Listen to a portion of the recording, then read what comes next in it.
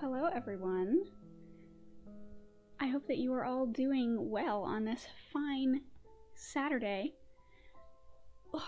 Thank you for coming to our penultimate H.P. Lovecraft stream. Penultimate meaning next to last, where we will be reading The Call of Cthulhu, the premier H.P. Lovecraft story, you know, the one everybody likes. Alrighty.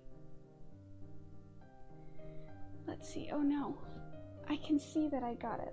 That there's something in the chat, but it's not showing up on my phone. I love your jumper. Oh, thank you. I sort of, because I try to kind of theme things, whether it's my clothes or my jewelry. For instance, I'm wearing, I don't know if you can see them, but they're little cows on my earrings today. Because I think it's a silly little pun to say the call of Cthulhu. But that being said, this sweater has dinosaurs on it because, you know, the great old ones are kind of like dinosaurs in that they, you know, existed a long time ago in this lore. You know, we're here, ruled the earth well before humans ever existed. I don't have any, like, octopus or, like, cuttlefish themed clothing, so this is the best that we're gonna get. It was an attempt. An attempt was made. I do like puns. That is, I think, the one thing now. That's like my thing. Thanks to the last video that I put out. Yes, good afternoon. Oh, thank you, Mandy. You always say such nice things about me and the stuff that I wear, and I appreciate it very much. Alright, also, if at any point I seem in pain, or if I, like, groan, or if I'm, like, adjusting a whole lot, it's because I am in pain. So yesterday, I spent a good 3 or so hours working on a, let's say an arts and crafts project for something that will be featured in the Halloween charity stream, but it entailed crouching and like stretching across and like basically crawling on concrete for 3 hours. And my body woke up this morning not really very happy with that choice that I made yesterday. So all of my muscles, at least like my leg muscles, like from the waist down, it's pain. I have like bruises on my calf, a couple of bruises on my feet from just sitting on the concrete. But we're here, we're gonna make it. Just know that I might need to adjust how I'm sitting because all of my muscles are unhappy with me. Oh, yeah, it was not a great time. Nothing left to do but sacrifice yourself to Cthulhu. Yeah. You know, isn't that the ultimate end result of all poor decisions? So let's see. Announcements before we get started. So I just put out a video last Sunday, so almost a week ago, and it's about puns. And if you haven't seen it, it's a lot of fun. I'm really happy with how it turned out, and it's really funny. So if, when you're done with this stream, you want something a little bit lighter, then go ahead and check that out. My YouTube is Zoe B, if you are unfamiliar. Let's see, there was that, there was... Oh, so on Halloween, so a week and a day from now, next Sunday, I am going to be doing a big event, sort of, where I am going to be reading at the Mountains of Madness. And this story, so Call of Cthulhu, is about 25 pages, so it's probably going to take an hour and a half, give or take, to read it. Mountains of Madness is 90 pages, and I'm going to need to take lots of breaks. And so it's going to be somewhere between 6 and 8 hours, probably, that I'm going to be streaming on Halloween. So it's a whole thing. And as part of that, it's going to also be a charity event.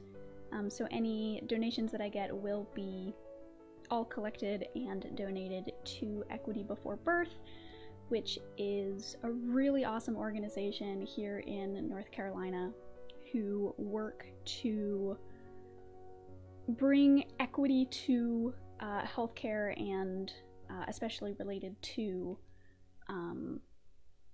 giving birth and infant healthcare and maternal healthcare and things like that, because that's a really big issue, especially here in the US, actually, that maternal health and infant health are areas where the US is lagging behind all other developed nations. We have really high rates of infant mortality and of the health issues of people who give birth. And so Equity Before Birth is just an organization who helps to ease some of the medical costs related to giving birth. And one awesome thing that they do is they actually provide maternity leave and parental leave for parents, because that is something that's really vital to the health of babies, is whether or not their parents are able to be there for them, and take them to all these appointments and pay for all of the healthcare costs that are related to those first very important weeks of a child's life. So that is who we will be supporting in our charity stream next week. So be sure to stop on by. There's going to be, oh bless you, there's going to be a lot of super fun stuff. Like I said, I have an arts and crafts thing that is completed and will be showcased during the stream. There's also some very silly donation goals where if we, reach a certain amount of money, then there will be things that will happen. I think it's going to be a lot of fun. I've never done anything like this before, so it'll be an adventure. It'll be a learning experience. We'll have fun. Oh my goodness. I don't know if you can hear him sneezing across the room. He is in my office chair over there, rubbing his nose against the armrests. Give me a moment. Desmond, come here, please. Come here, please. Oh, yes, bless you. Oh. Oh. You're so chunky. You're so chunky. You are. Are you doing okay? Oh, I know. Okay, goodbye. He has a nasal issue, which is why he sneezes so much. It's like a... sort of like how humans sometimes have deviated septums, and that can cause nasal issues in humans. Or like snoring and stuff a lot of the time, or like sleep apnea. He has a similar thing where his nasal passage, I forget what it's called, but it just gets like inflamed, or there's something with it. I forget what it's called. His vet told us what it was. Oh, it's been a couple years now, but she said that as long as he doesn't, you know, as long as it's not too bad, then it's fine, and we can just keep dust and pollen and stuff to a minimum and he'll be fine. But it's allergy season for the cats. So it is what it is. Alright, let me check the chat. Will there be cats in this stream? There will be at least one. Charlie is not allowed in here today because he... I have some other things, some other little props that are going to be used during the charity stream that are sitting actually on top of this bookshelf over here. And earlier when I was setting up the stream, he kept coming in here, jumping on top of the bookshelf and trying to push them off. So I kicked him out. But Desmond is not quite so much of a nuisance, so he's allowed to stay in here.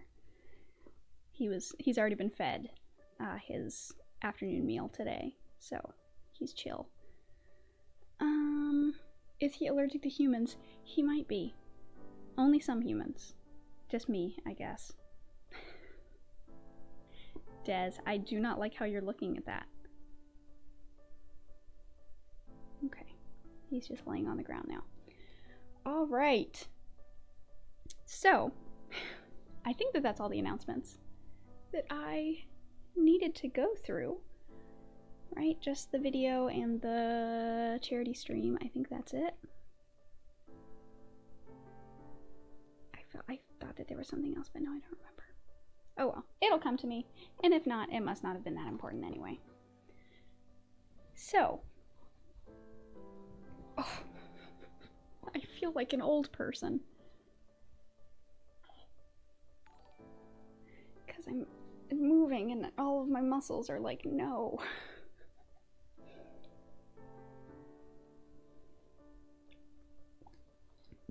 Okay. Thank you for the subscription with Prime. Welcome to, I don't know, what do we call, is there like a name for people? What do you want to be called? I feel like Beehive is a little too, plus doesn't Beyonce already, like, isn't that what her people are called? I don't know, friends of, we're here, and we're friends, and it's a cozy coven of, I don't know. Book club? Book club might be. Honeycomb? Oh, that's cute. Honeycomb is also very delicious. But bee students? Oh, but that, I feel like that might make some people a little bit sad. Just because of how grades are, you know. Charlie has been banished, that is true. Ooh, Tentacle Nation. I like bringing the tentacles in, but I'm... Tentacle... Team Tentacle. I don't know. We'll workshop it. We'll come up with something that people don't necessarily take out of context quite so much. Tentacle Commune, even better. cephalopod. That's... Yes. Okay. We're the cephalopods. Welcome to the pod. That's it. Yep. Oh, I've never eaten honeycomb, but I've been curious. Honeycomb is really good. It's very much like wax. Like it's waxy. But it's good as like a candy type thing where you just kind of chew on it. I don't know. We had a lot of like raw honey growing up, because we had, I don't know that they were neighbors, but they lived in our town, and they were beekeepers, and they just gave us honey. And my mom really liked honey, so we always had a lot of it.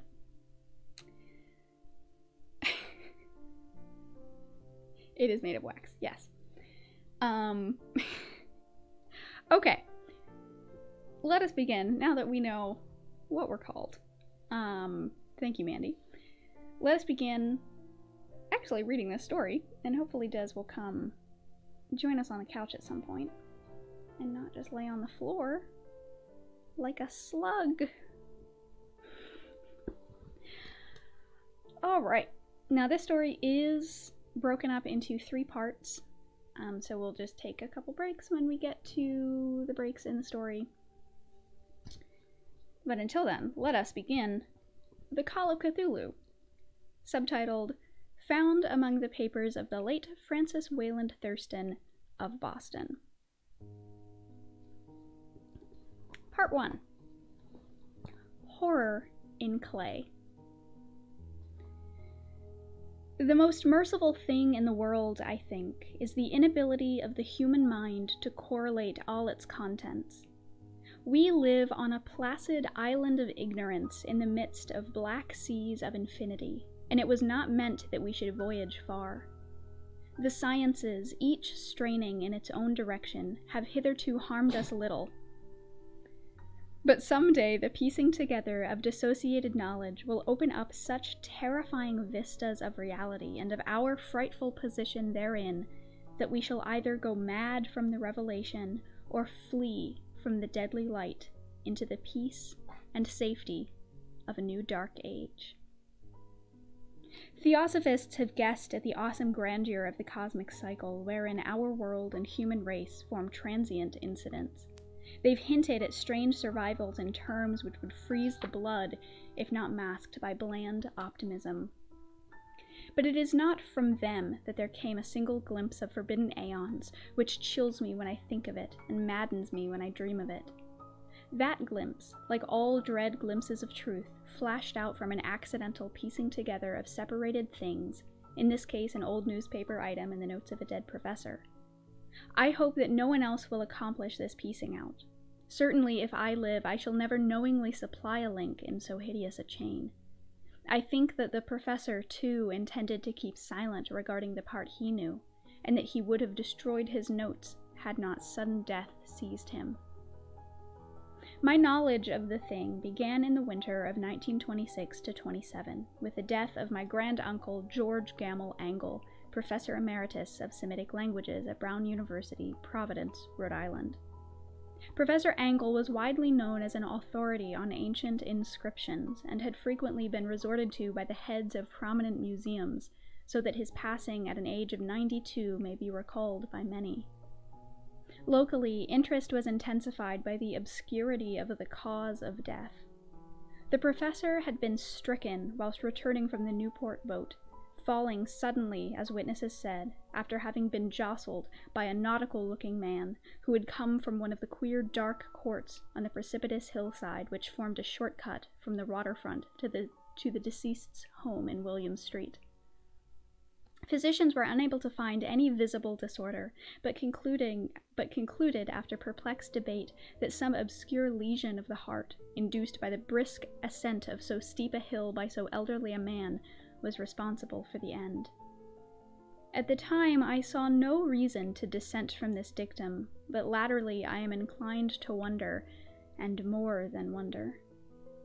As my granduncle's heir and executor, for he died a childless widower, I was expected to go over his papers with some thoroughness. and for that purpose moved his entire set of files and boxes to my quarters in Boston. Much of the material which I correlated will be later published by the American Archaeological Society, but there was one box which I found exceedingly puzzling, and which I felt much averse from showing to other eyes. It had been locked, and I did not find the key till it occurred to me to examine the personal ring which the professor carried always in his pocket. Then, indeed, I succeeded in opening it, but when I did so seemed only to be confronted by a greater and more closely locked barrier. For what could be the meaning of the queer clay bas-relief and the disjointed jottings, ramblings, and cuttings which I found? Had my uncle in his latter years become credulous of the most superficial impostures? I resolved to search out the eccentric sculptor responsible for this apparent disturbance of an old man's peace of mind. The bas-relief was a rough rectangle less than an inch thick and about 5 by 6 inches in area, obviously of modern origin. Its designs, however, were far from modern in atmosphere and suggestion, for although the vagaries of cubism and futurism are many and wild, they do not often reproduce that cryptic regularity which lurks in prehistoric writing. And writing of some kind, the bulk of these designs seemed certainly to be, though my memory, despite much familiarity with the papers and collections of my uncle, failed in any way to identify this particular species, or even to hint at its remotest affiliations. Above these apparent hieroglyphics was a figure of evidently pictorial intent, though its impressionistic execution forbade a very clear idea of its nature. It seemed to be a sort of monster, or a symbol representing a monster, of a form which only a diseased fancy could conceive. If I say that my somewhat extravagant imagination yielded simultaneous pictures of an octopus, a dragon, and a human caricature, I shall not be unfaithful to the spirit of the thing. A pulpy, tentacled head surmounted a grotesque and scaly body with rudimentary wings, but it was the general outline of the whole which made it the most shockingly frightful. Behind the figure was a vague suggestion of a cyclopean architectural background.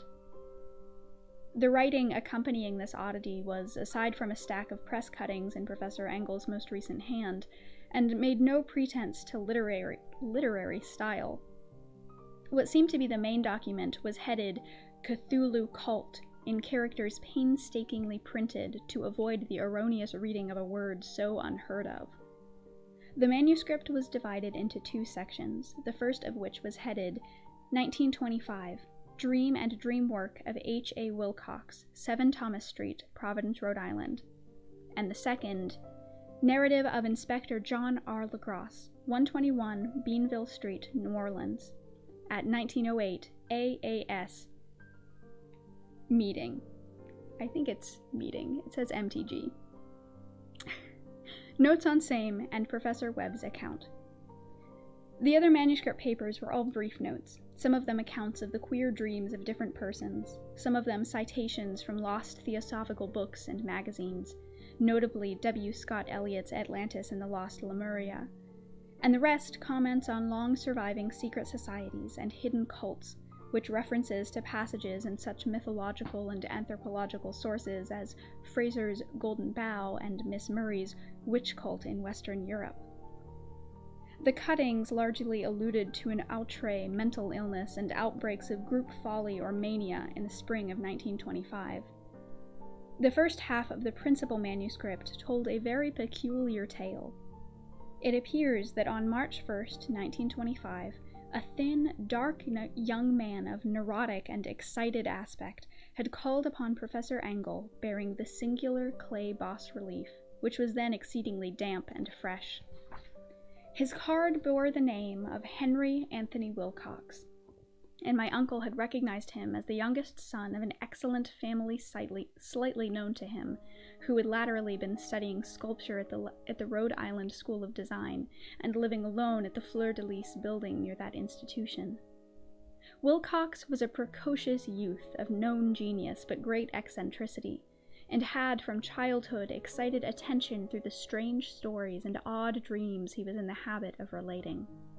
He called himself psychically hypersensitive, but that staid folk of the ancient commercial city dismissed him as merely queer. Never mingling much with his kind, he had dropped gradually from social visibility, and was now known only to a small group of aesthetes from other towns.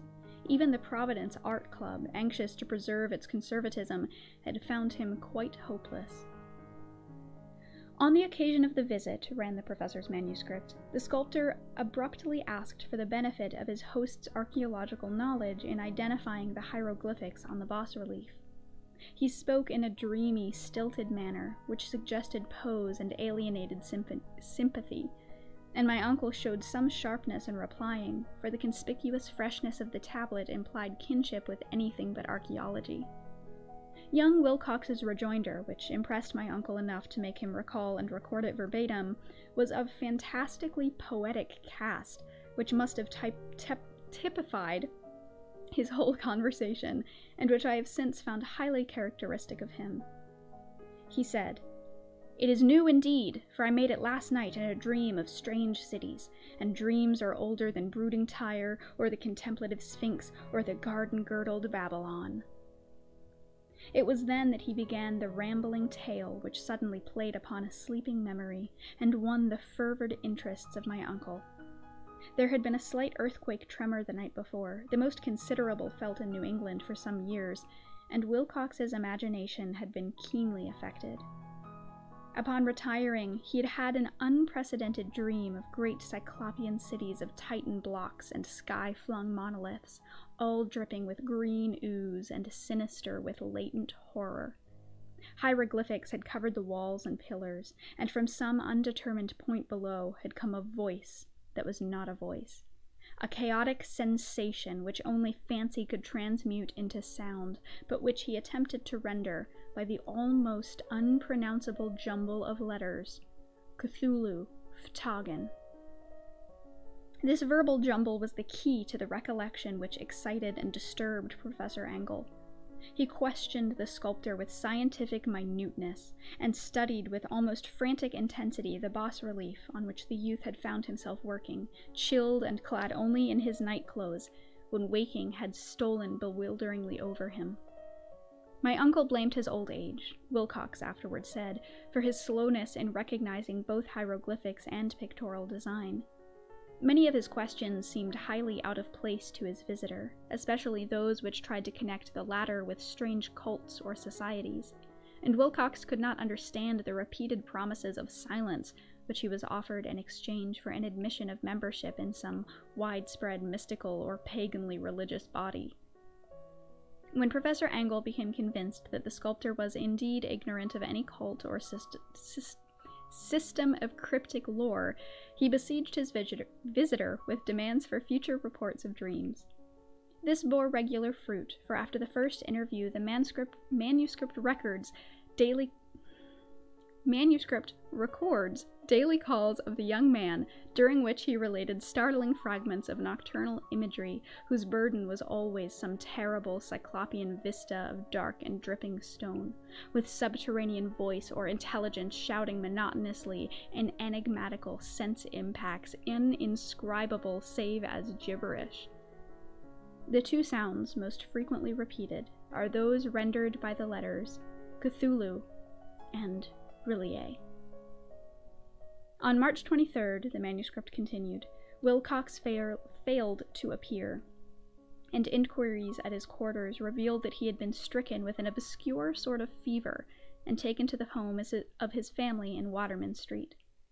He had cried out in the night, arousing several other artists in the building, and had manifested since then only alternations of unconsciousness and delirium.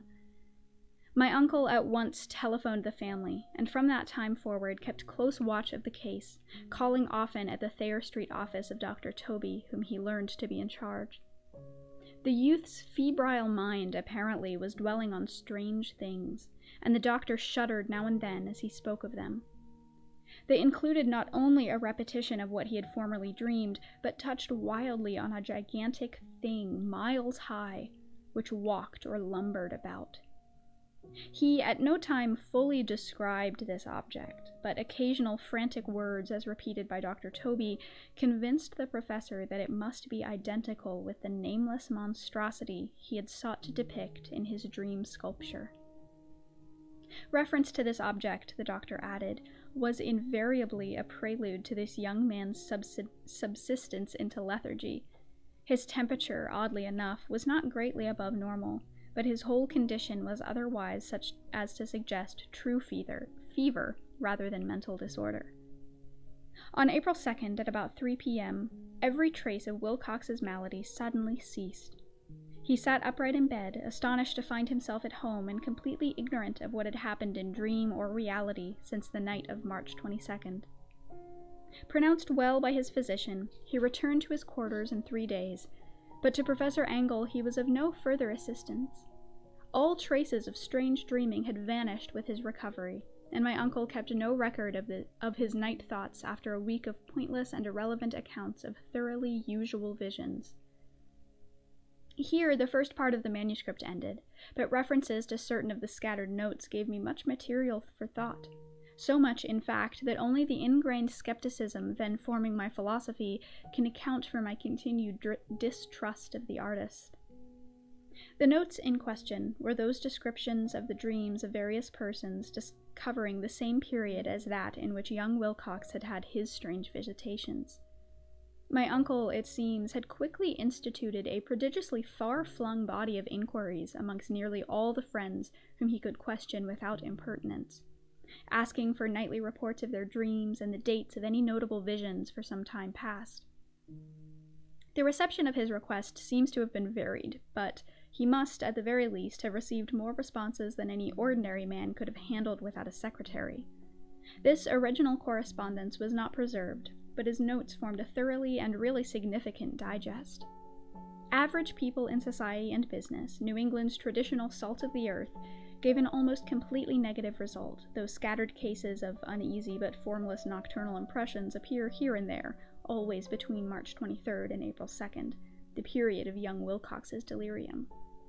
Scientific men were a little more affected, though 4 cases of vague description suggest fugitive glimpses of strange landscapes, and in one case there is a mention of a dread of something abnormal. It was from the artists and poets that the pertinent answers came, and I know that panic would have broke loose had they been able to compare notes.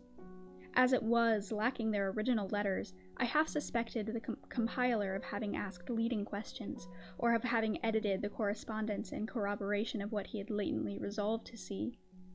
That is why I continued to feel that Wilcox, somehow cognizant of the old data which my uncle had possessed, had been imposing on the veteran scientist. These responses from esthetes told a disturbing tale. From February 28th to April 2nd, a large proportion of them had dreamed very bizarre things, the intensity of the dreams being immeasurably the stronger during the period of the sculptor's delirium. Over a fourth of those who reported anything reported seems and half-sounds not unlike those which Wilcox had described, and some of the dreamers confessed acute fear of the gigantic nameless thing visible toward the last. One case, which the note describes with emphasis, was very sad. The subject, a widely known architect with leanings toward theosophy and occultism, went violently insane on the date of young Wilcox's seizure, and expired several months later after incessant screamings to be saved from some escaped denizen of hell. Had my uncle referred to these cases by name instead of merely by number, I should have attempted some corroboration and personal investigation, but as it was, I succeeded in tracing down only a few. All of these, however, bore out the notes in full. I've often wondered if all the objects of the professor's questioning felt as puzzled as did this fraction. It is well that no explanation shall ever reach them. The press cuttings, as I have intimated, touched on cases of panic, mania, and eccentricity during the given period. Professor Angle must have employed a cutting bureau, for the number of extracts was tremendous, and the sources scattered throughout the globe. Here was a nocturnal suicide in London, where a lone sleeper had leapt from a window after a shocking cry. Here, likewise, a rambling letter to the editor of a paper in South America, where a fanatic deduces a dire future from visions he has seen. A dispatch from California describes a theosophist colony as donning white robes en masse for some glorious fulfillment which never arrives, whilst items from India speak guardedly of secret native unrest toward the end of March. Voodoo orgies multiply in Haiti, and African outposts report ominous mutterings. American officers in the Philippines find certain tribes bothersome about this time, and New York policemen are mobbed by hysterical Levantines on the night of March 22nd through 23rd. The west of Ireland, too, is full of wild rumor and legendary, and a fantastic painter named Andra Bonneau hangs a blasphemous dream landscape in Paris in the Spring Salon of 1926. And so numerous are the recorded troubles in insane asylums that only a miracle can have stopped the medical fraternity from noting strange parallelisms and drawing mystified conclusions. A weird bunch of cuttings, all told, and I can, at this date, scarcely envisage the callous rationalism with which I set them aside. But I was then convinced that young Wilcox had known of the older matters mentioned by the professor. And that is the end of part 1. Lots of, what's the word that I'm looking for? Not like backstory. What's the thing? The thing that, like, CinemaSins is always like, oh, this is where you're, like, telling instead of showing.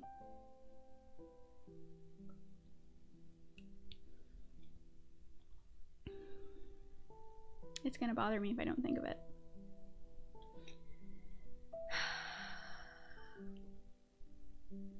Alright, let us...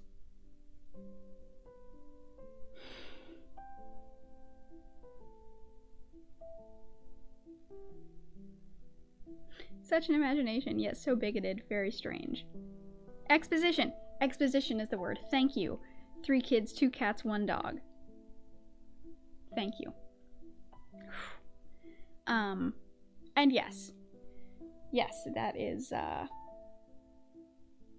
I think for Lovecraft, those two things were related because so much of who he was stemmed from fear, and fear that was a lot of times hard to pinpoint. And so his paranoid mind was constantly trying to fill in those gaps and paint a picture of and like rationalize his fear, and I think that that's what aided his imagination a lot. Not to say that all racist people have great imaginations, or that to have a great imagination one needs to be racist. Obviously that is not true, but I do think that for Lovecraft specifically, those two are related. Which is, you know, I think because I'm doing the charity stream and like doing this whole, you know, Lovecraft month, the way that I'm doing it right now for this month, I think that after the charity stream we're gonna set Lovecraft aside. Maybe not forever. I might revisit some of his some of the lore or something, but there's so many other great sci-fi and even like horror and even like cosmic horror writers out there who are not garbage, who are much more accepting and also contemporary, and people who we can actually support monetarily and just by talking about what they're writing and analyzing their writing. And so I think that that might be something that I want to do more of. And I don't have a huge, I'm not super familiar with a lot of contemporary writers because I don't read a lot of contemporary fiction. I don't read a lot of fiction, which is something that I talk about a lot. And Lovecraft was just something that I sort of stumbled into. I didn't really like seek it out as like, this is gonna be the one thing that I, it just sort of happened. But there are a lot of other writers who are better in a lot of ways, in most ways. Like Jeff Vandermeer, who I've talked about before, who is just wonderful. His books are great. He's great. Wonderful human being, Jeff Vandermeer. There's also, Junji Ito, who I'm planning on. I don't know if I'm going to do like a video essay on it, but I do want to talk about.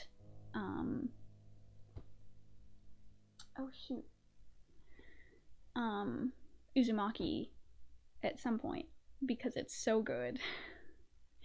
And even like Neil Gaiman too, I think is worth talking about. But that is something that I'm considering, just to keep you all in the loop for that. I think Lovecraft is gonna sort of go out with a bang on Halloween, and I think it'll be a good way to kind of bookend my first year of content, because I started with the Lovecraft videos a year ago. A year ago yesterday was my first ever upload, and it was analyzing fear and the uncanny in Lovecraft stories. And so I think being able to kind of cleanly shut the door on this during the Halloween stream will be fun and will be good, and will give me room to talk about some good people for a change. All right. Could you give a synopsis of the first part? Just arrived. Okay, so we have this guy who, his uncle, yes, uncle, grandfather, I think uncle, was a professor, granduncle, that's what it was a professor and archaeologist, general academic, and he died. And so this guy, being the most recent like living relative, it was his job to go through his stuff. And as he's going through his stuff, to figure out, what to save, what to get rid of, what to sell, whatever, he finds all of these weird documents about this cult thing, and he finds this little figurine of Cthulhu. He doesn't know it's Cthulhu, but we know it's Cthulhu. And he's reading through all of these letters and notes, and apparently there was one year where during a couple months in the spring, all of the people around the world just had mental breakdowns and were going crazy and having visions, and it was just this huge thing. And there were all these stories of cults and all these interesting little things that are potentially connected.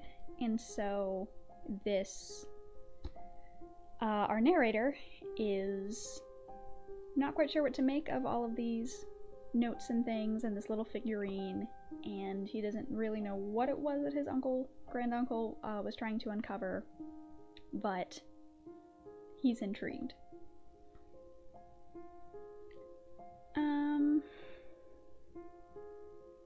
Let's see. Do you suppose Lovecraft himself was queer in some way by our modern usage?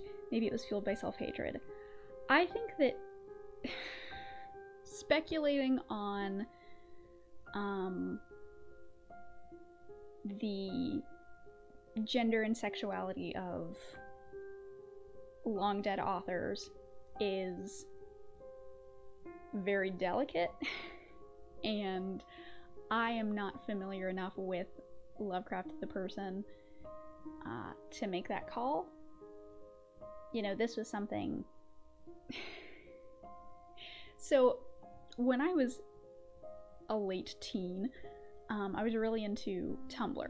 It was like early days of Tumblr. Like, I was one of those people who watched on the sidelines while TumblrCon went down. So I that was like, you know, golden age of Tumblr, and I was there. And that was something that a lot of fangirls did on Tumblr at that time, was speculating about characters and authors, and like that's just a thing that a lot of people did. And so when I went to college, I ended up taking a class, a poetry literature class, on Emily Dickinson and Walt Whitman. Just those two poets for the whole semester, which was great. Awesome class. My professor, super incredible woman.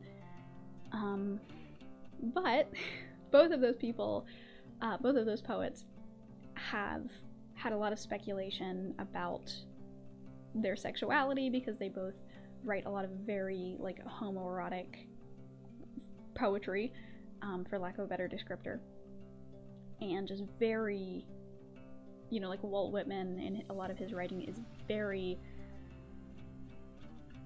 I don't know if the best word to use here, writes very highly of like male figures and like the male body, things like that. And Emily Dickinson wrote a lot of poems, not quite so many poems about other women, but a lot of her letters to women and about women. Like, she there's a lot of evidence that she was not straight. But all that to say, that was something that my professor, who was like an Emily Dickinson scholar, she wanted to make it very clear that like this is something that, unless you've done a ton of research on this person and like read everything that they've ever written, like even if you have that level of research under your belt, it's not always a call that anybody can make. Now that's not to say that we can't speculate. You know, like I believe that Emily Dickinson had the hots for women, which, like, we love Emily Dickinson. Emily Dickinson is great, one of my favorite poets. She's incredible. But I don't know if that's something that we can say more like resolutely or not. But Lovecraft was probably closer to asexual, maybe. I know he had an unhappy marriage. Not that that has anything to do with being asexual or not. Though maybe in the past when it was less understood, perhaps. I'm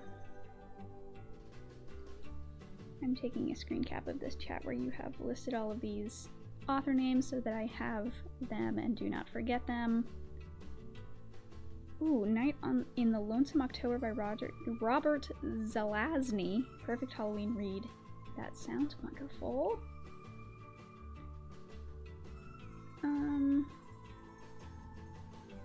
Still one of those Tumblr people. Have you read Joyce? Like James Joyce? Yes. I really like James Joyce a lot. I know a lot of people are very anti-James Joyce and anti the stuff he's written because it's kind of pretentious and difficult to read, and I get it. It's not the most fun, but I think starting with like Dubliners, like those short stories, perfect. Those are wonderful to read.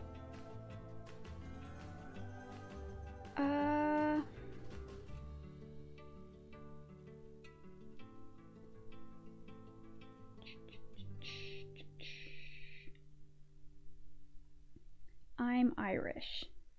Oh, so yes, James Joyce. I feel like it has a lot to do with how we want to contextualize these authors as well. That's why people make these assumptions based on things we interpret and stuff, but maybe that's just me. Yeah, I mean, that was, like, it's so hard. And, like, nobody has the answer, especially to this whole, like, death of the author thing. And some contemporary authors who will not be named. But, you know, nobody has the answers to those things, and so I think unless someone is very actively supporting an author for the specific thing that is problematic, like if you say, you know, I only like Lovecraft because he was racist, like unless someone is doing that, I think that, I mean, I just try not to like be too hard on people or judge people too much for their opinions on authors and on works, because I don't have the answer as to what is okay and what is not, in regards to death of the author. Like, I don't know if it's better to totally separate the author from their work, or if that is a vital part of the work. There's a reason that literary critics and stuff have been debating this forever because I don't think that there's a clear answer, and it probably depends. You know, it's probably not a one-size-fits-all type thing either. I don't know. I don't have the answers, and so I try not to assume that other people have the answers either. But that's just me, I suppose.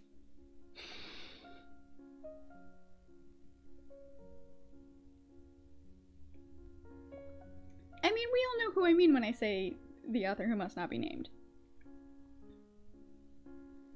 Which, it sucks that I have to phrase it that way, or that, like, that's the best way to phrase it, because that is sort of something that you know, she created that phrasing in its popular usage. But it is what it is. Hard to, you know.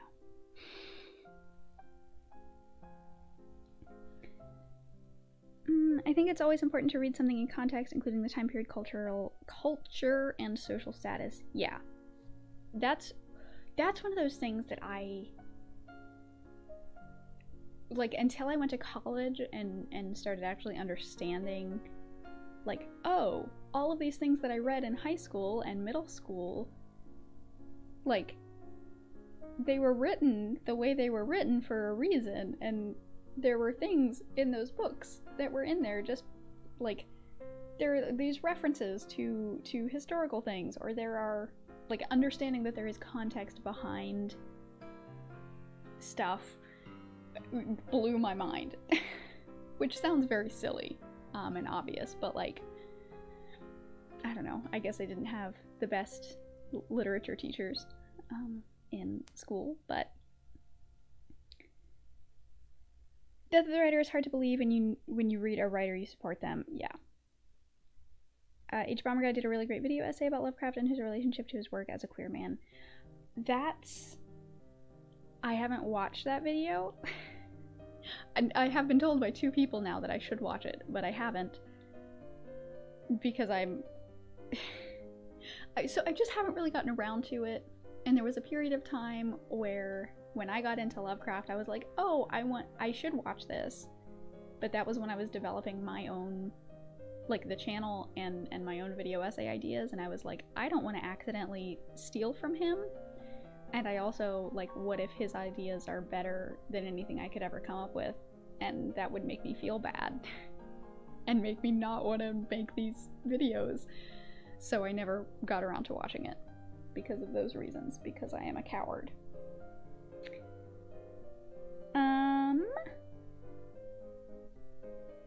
What do you think makes a good literature teacher? Oof.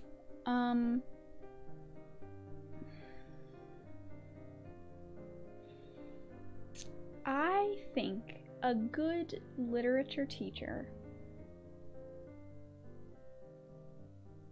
conveys context and allows for multiple, not even just allows for multiple interpretations, but helps students to understand why interpretations matter and how to do interpretation and analysis, and how there is a middle ground between there's only one right answer and every interpretation is just as valid as all other interpretations, because neither of those are true. And also that what the author thinks of their work and what the author thinks the correct interpretation is, it doesn't really matter. It is one thing to keep in mind. Like, you should say, yeah, this is what the author intended, but now what do you think? I think that that's what a good literature teacher does. And I think that might be it. Because I think that within that you get a lot of freedom for students, which is, as we know, the most important thing. The real question is, do we apply death to the author to Das Kapital because Marx was homophobic and anti-Semitic? That's another question, you know? I don't have the answer. I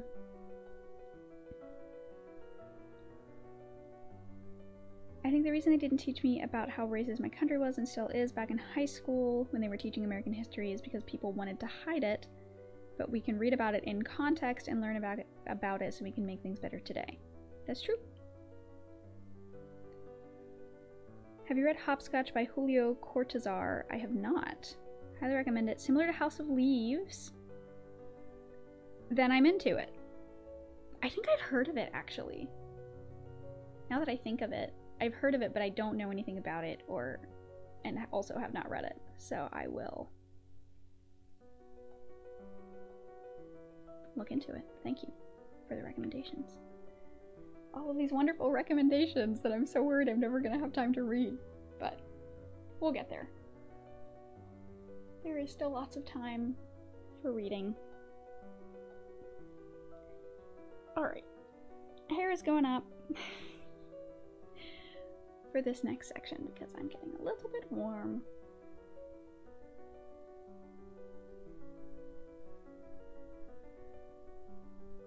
Translation was praised by the author who's Argentinian. So many wonderful writers out of Argentina. Hair up, getting serious now. Yes. Very serious.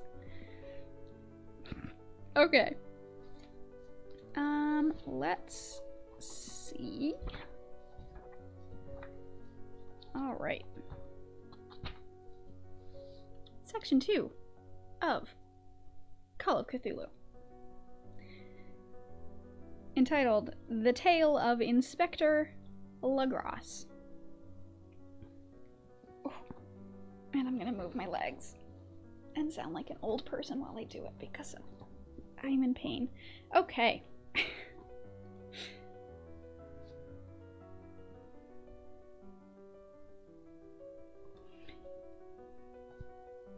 The older matters which had made the sculptor's dream and bas-relief so significant to my uncle formed the subject of the second half of his long manuscript. Once before, it appears, Professor Engel had seen the hellish outlines of the nameless monstrosity, puzzled over the unknown hieroglyphics, and heard the ominous syllables which can be rendered only as Cthulhu. And all this is in so stirring and horrible a connection that it is small wonder that he pursued young Wilcox with queries and demands for data. The earlier experience had come in 1908, 17 years before, when the American Archaeological Society held its annual meeting in St. Louis. Professor Engel, as befitted one of his authority and attainments, had had a prominent part in all the deliberations, and was one of the first to be approached by several outsiders who took advantage of the convocation to offer questions for correct answering and problems for an expert solution. The chief of these outsiders, and in a short time the focus of interest for the entire meeting, was a commonplace-looking middle-aged man who had traveled all the way from New Orleans for certain special information unobtainable from any local source. His name was John Raymond Lagras, and he was by profession an inspector of police. With him he bore the subject of his visit, a grotesque, repulsive, and apparently very ancient stone statuette whose origin he was at a loss to determine. It must not be fancied that Inspector Legrasse had the least interest in archaeology. On the contrary, his wish for enlightenment was prompted by purely professional considerations. The statuette, idol, fetish, or whatever it was, had been captured some months before in the wooded swamps south of New Orleans during a raid on a supposed voodoo meeting, and so singular and hideous were the rites connected with it that the police could not but realize they had stumbled onto a dark cult totally unknown to them, and infinitely more diabolic than even the blackest of African voodoo circles. Of its origin, apart from the erratic and unbelievable tales extorted from the captured members, absolutely nothing was to be discovered. Hence the anxiety of the police for any antiquarian lore which might help them to place the frightful symbol and through it track down the cult to its fountainhead. Inspector Legrasse was scarcely prepared for the sensation which his offering created. One sight of the thing had been enough to throw the assembled men of science into a state of tense excitement, and they lost no time in crowding around him to gaze at the diminutive figure, whose utter strangeness and air of genuine abysmal antiquity hinted so potently at unopened and archaic vistas. No recognized school of sculpture had animated this terrible object, yet centuries and even thousands of years seemed recorded in its dim and greenish surface of unplaceable stone. The figure, which was finally passed slowly from man to man for close and careful study, was between 7 and 8 inches in height and of exquisitely artistic workmanship. It represented a monster of vaguely anthropoid outline, but with an octopus-like head whose face was a mass of feelers, a scaly, rubbery-looking body, prodigious claws on hind and fore feet, and long, narrow wings behind. This thing, which seemed instinct with a fearsome and unnatural malignancy, was of a somewhat bloated corpulence and squatted evilly on a rectangular block or pedestal covered with undecipherable characters. The tips of the wings touched the back edge of the block, and the seat occupied the center, whilst the long, curved claws of the doubled-up, crouching hind legs gripped the front edge and extended a quarter of the way down toward the bottom of the pedestal. The cephalopod head was bent forward, so that the ends of the facial feelers brushed the backs of the huge fore paws, which clasped the croucher's elevated knees. The aspect of the whole was abnormally lifelike, and the more subtly fearful because its source was so totally unknown. Its vast, awesome, and incalculable age was unmistakable, yet not one link did it show with any known type of art belonging to civilization's youth, or indeed to any other time. Totally separate and apart, its very material was a mystery. For the soapy, greenish-black stone with its golden or iridescent flecks and striations resembled nothing familiar to geology or mineralogy. The characters along the base were equally baffling, and no member present, despite a representation of half the world's leading learnship in this field, could form the least notion of even their remotest linguistic kinship. They, like the subject and material, belonged to something horribly remote and distinct from mankind as we know it. Something frightfully suggestive of old and unhallowed cycles of life in which our world and our conceptions have no part. And yet, as the members severally shook their heads and confessed defeat at the inspector's problem, there was one man in that gathering who suspected a touch of bizarre familiarity in the monstrous shape and writing, and who presently told with some diffidence of the odd trifle he knew. This person was the late William Channing Webb, professor of anthropology in Princeton University and an explorer of no slight note. Professor Webb had been engaged 48 years before in a tour of Greenland and Iceland in search of some runic inscriptions which he failed to unearth, and whilst high up on the West Greenland coast he had encountered a singular tribe or cult of degenerate Eskimo whose religion, a curious form of devil worship, chilled him with its deliberate bloodthirstiness and repulsiveness. It was a faith of which other Eskimo knew little, and which they mentioned only with shudders, saying it had come down from horribly ancient aeons before ever the world was made. Besides nameless rites and human sacrifices, there were certain queer hereditary rituals addressed to a supreme elder devil, or Tornosk, and of this Professor Webb had taken a careful phonetic copy of an aged Angekok, or wizard priest, expressing the sounds in Roman letters as best he knew how. But just now of prime significance was the fetish with which this cult had cherished, and around which they danced when the aura leaped high over the ice cliffs. It was, the professor stated, a very crude bas-relief of stone, comprising a hideous picture and some cryptic writing, and so far as he could tell, it was a rough parallel in all essential features of the bestial thing now lying before the meeting.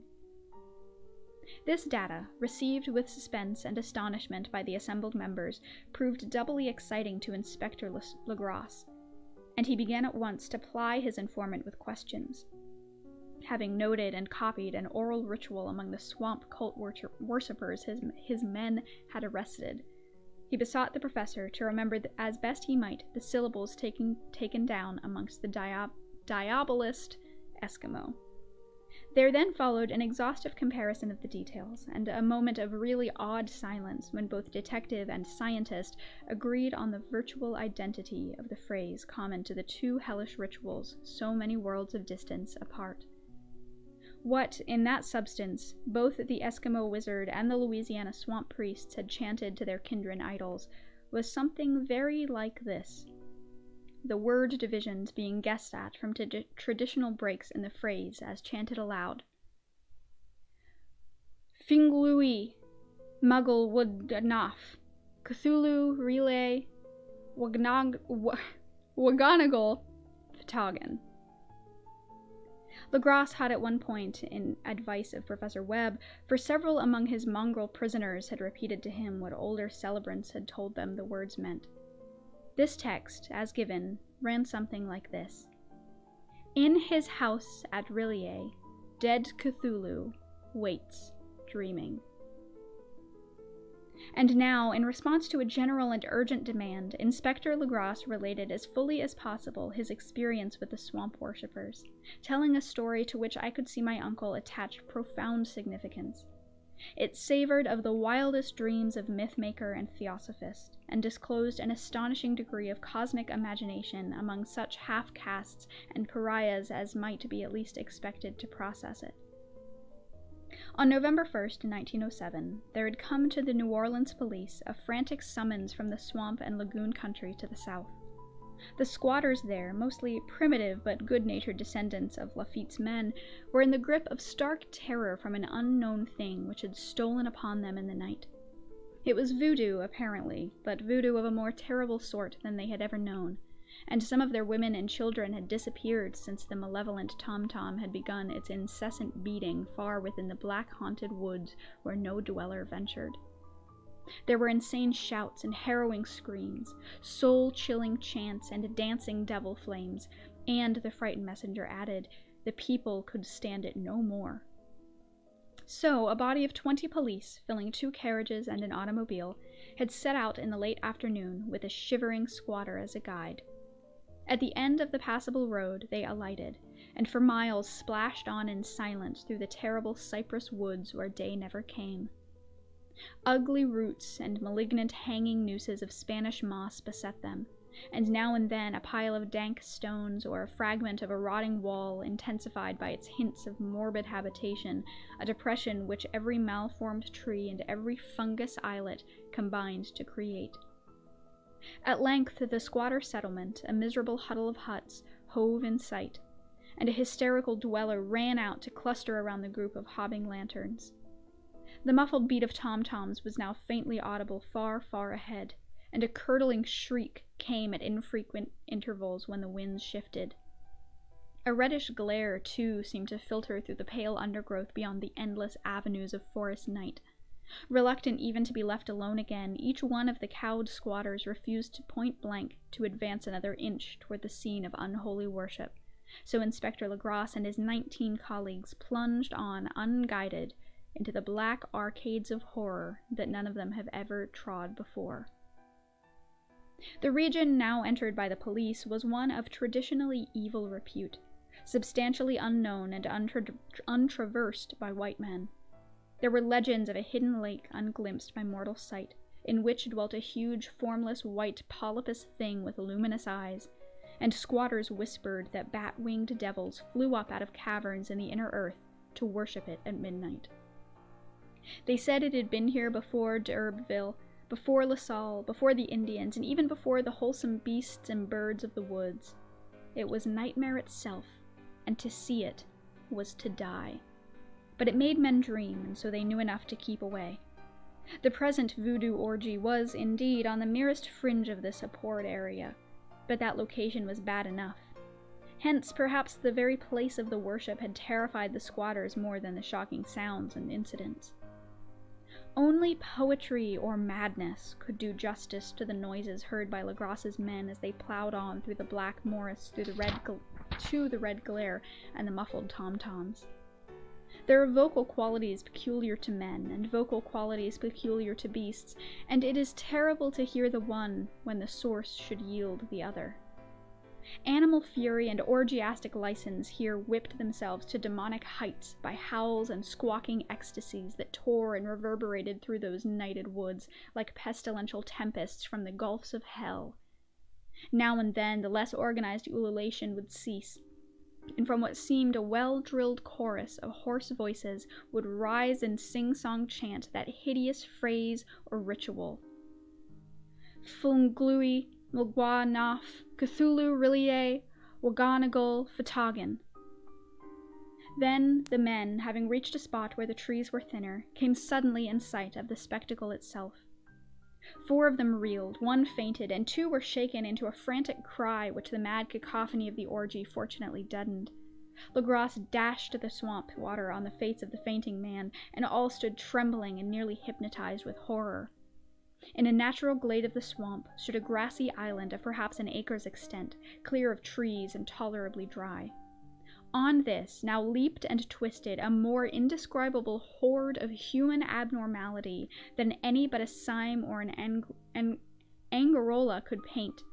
Void of clothing, this hybrid spawn were braying, bellowing, and writhing about a monstrous ring-shaped bonfire, in the center of which, revealed by occasional rifts in the curtain of flame, stood a great granite monolith some 8 feet in height, on top of which, incongruous with its diminutiveness, rested the noxious caravan statuette. From a wide circle of 10 scaffolds set up at regular intervals with the flame-girt monolith as a center hung, head downward, the oddly marred bodies of the helpless squatters who had disappeared. It was inside this circle that the ring of worshippers jumped and roared, the general direction of the mass motion being from left to right in endless bacchanal between the ring of bodies and the ring of fire.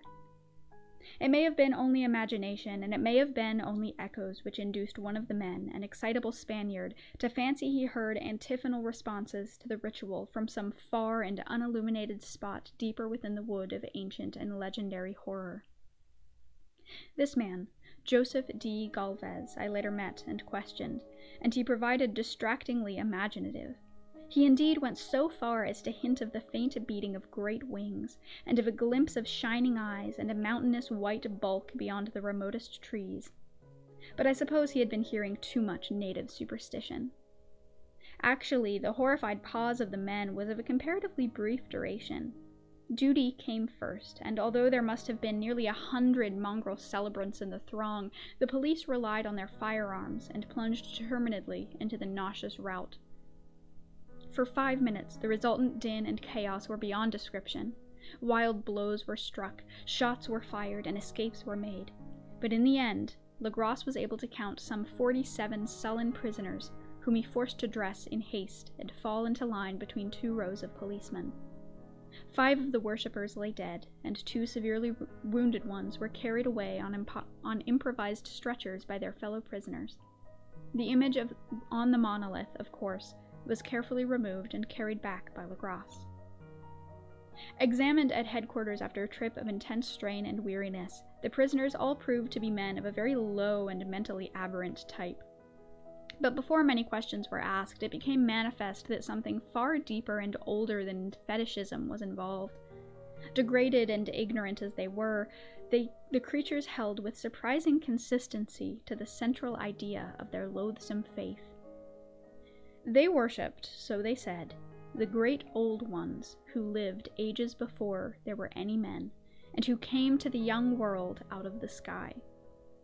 Those old ones were gone now, inside the earth and under the sea, but their dead bodies had told their secrets in dreams to the first men, who formed a cult which had never died. This was that cult, and the prisoners said it has always existed and would always exist, hidden in distant wastes and dark places all over the world until the time when the great priest Cthulhu, from his dark house in the mighty city of R'lyeh, under the waters, should rise and bring the earth again beneath his sway. Someday he would call, when the stars were ready, and the secret cult would always be waiting to liberate him. Meanwhile, no more must be told. There was a secret which even torture could not extract. Mankind was not absolutely alone among the conscious things of earth, for shapes came out of the dark to visit the faithful few. But these were not the great old ones. No man had ever seen the old ones. The carven idol was great Cthulhu, but none might say whether or not the others were precisely like him. No one could read the old writing now, but things were told by word of mouth. The chanted ritual was not the secret. That was never spoken aloud, only whispered. The chant meant only this: in his house at R'lyeh, dead Cthulhu waits dreaming.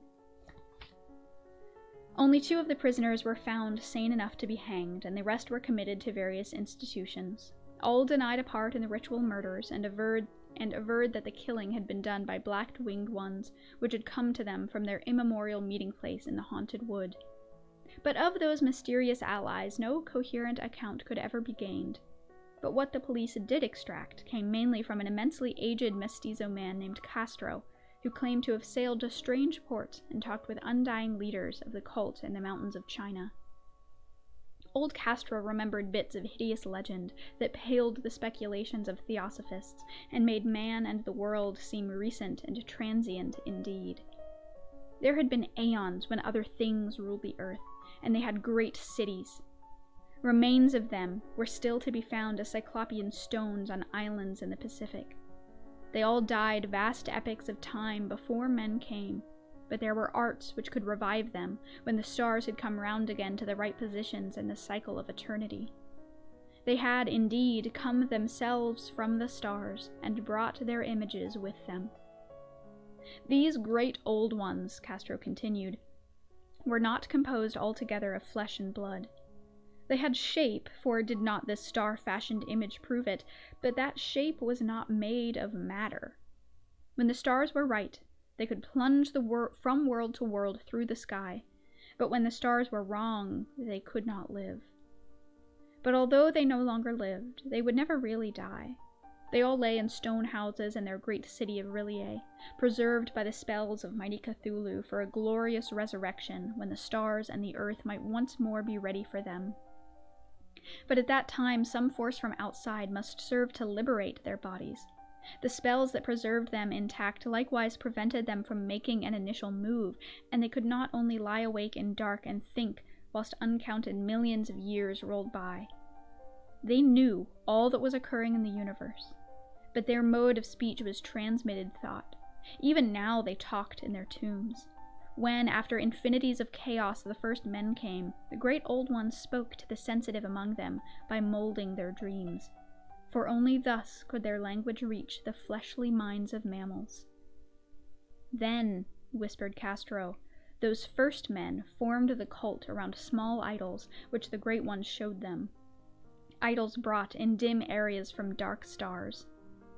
That cult would never die till the stars came right again, and the secret priests would take great Cthulhu from his tomb to revive his subjects and resume his rule of earth. The time would be easy to know, for then mankind would have become as great as the great old ones, and free and wild beyond good and evil, with laws and morals thrown aside, and all men shouting and killing and reveling in joy. Then the liberated old ones would teach them new ways to shout and kill and revel and enjoy themselves, and all the earth would flame with a holocaust of ecstasy and freedom. Meanwhile, the cult, by appropriate rites, must keep alive the memory of those ancient ways and shadow forth the prophecy of their return. In the elder time, chosen men had talked with the entombed great old ones in dreams. But then something had happened. The great stone city Rillier, with its monoliths and sepulchres, had sunk beneath the waves, and the deep waters, full of the one primal mystery through which not even thought can pass, had cut off the spectral intercourse. But memory never died, and high priests said that the city would rise again when the stars were right. Then came out of the earth the black spirits of earth, moldy and shadowy and full of dim rumors picked up in caverns beneath forgotten sea bottoms. But of them old Castro dared not speak. He cut himself off hurriedly, and no amount of persuasion or subtlety could elicit more in this direction. The size of the old ones, too, he curiously declined to mention. Of the cult, he said that he had thought the center lay amid the pathless deserts of Arabia, where Irem, the city of pillars, dreams hidden and untouched. It was not allied to the European witch cult, which was virtually unknown beyond its members. No book had ever really hinted of it, though the deathless men said that there were double meanings in the Necronomicon of the mad Arab Abdul al-Hazred, which the initiated might read as they chose, especially the much-discussed couplet, "That is not dead which can eternal lie, and with strange aeons even death may die." Legrasse, deeply impressed and not a little bewildered, had inquired in vain concerning the historic affiliations of the cult. Castro, apparently, had told the truth when he said that it was wholly secret. The authorities at Tulane University could shed no light upon either cult or image, and now the detective had come to the highest authorities in the country and met with no more than the Greenland tale of Professor Webb. The feverish intent around the meeting by Legrasse's tale, corroborated as it was by the statuette, is echoed in the subsequent correspondence of those who attended, although scant mention occurs in the formal publications of the Society. Caution is the first care of those accustomed to face occasional charlatanry and imposture. Legrasse for some time lent the image to Professor Webb, but at the latter's death it was returned to him and remains in his possession, where I viewed it not long ago. It is truly a terrible thing, and unmistakably akin to the dream sculpture of young Wilcox. That my uncle was excited by the tale of the sculptor, I did not wonder. For what thoughts must arise upon hearing, after a knowledge of what Legrasse had learned of the cult, of a sensitive young man who had dreamed not only the figure and exact hieroglyphics of the swamp-found image and the Greenland devil tablet, but had come in his dreams upon at least 3 of the precise words of the formula uttered alike by Eskimo diabolists and mongrel Louisians. Professor Engel's instant start on an investigation of the utmost thoroughness was eminently natural, though privately I suspected young Wilcox of having heard of the cult in some indirect way, and of having invented a series of dreams to heighten and continue the mystery at my uncle's expense. The dream narratives and cuttings collected by the professor were, of course, strong corroboration, but the rationalism of my mind and the extravagance of the whole subject led me to adopt what I thought the most sensible conclusions. So, after thoroughly studying the manuscript again and correlating the theosophical and anthropological notes with the cult narrative of Legrasse, I made a trip to Providence to see the sculptor and give him the rebuke I thought proper for so boldly imposing upon a learned and aged man. Wilcox still lived alone at the Fleur-de-Lis building in Thomas Street, a hideous Victorian imitation of the 17th century Breton architecture, which flaunts its stuccoed front and amidst the lovely colonial houses on the ancient hill, and under the very shadow of the finest Georgian steeple in America. I found him at work in his rooms, and at once conceded from the specimens scattered about that his genius is indeed profound and authentic. He will, I believe, sometime be heard from as one of the great decadents, for he is crystallized in clay and will one day mirror in marble those nightmares and fantasies which Arthur Machen evokes in prose and Clark Ashton Smith makes visible in verse and in painting. Dark, frail, and somewhat unkempt in aspect, he turned languidly at my knock and asked me my business without rising. When I told him who I was, he displayed some interest, for my uncle had excited his curiosity in probing his strange dreams, yet had never explained the reason for the study. I did not enlarge his knowledge in this regard, but sought with some subtlety to draw him out. In a short time I became convinced of his absolute sincerity, for he spoke of the dreams in a manner none could mistake. They and their subconscious residuum had influenced his art profoundly, and he showed me a morbid statue whose contours almost made me shake with the potency of its black suggestion. He could not recall having seen the original of this thing except in his own dream bas-relief, but the outlines had formed themselves insensibly under his hands. It was, no doubt, the giant shape he had raved of in delirium. That he really knew nothing of the hidden cult save from what my uncle's relentless catechism had let fall, he soon made clear, and I strove to think of some way in which he could have possibly received the weird impressions. He talked of his dreams in a strangely poetic fashion, making me see with terrible vividness the damp cyclopean city of slimy green stone, whose geometry, he oddly said, was all wrong, and hear with frightened expectancy the ceaseless, half-mental calling from underground, "Cthulhu Fhtagn! Cthulhu Fhtagn!" These words had formed part of that dread ritual which told of dead Cthulhu's dream vigil in his stone vault at Rillier, and I felt deeply moved despite my rational beliefs. Wilcox, I was sure, had heard of the cult in some casual way, and had soon forgotten it amidst the mass of his equally weird reading and imagining. Later, by virtue of its sheer impressiveness, it had found subconscious expression in his dreams, in the bas-relief, and in the terrible statue I now beheld, so that his imposture upon my uncle had been a very innocent one.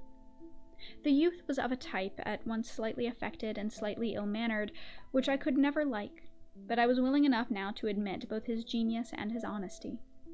I took leave of him amicably, and wished him all the success his talent promises.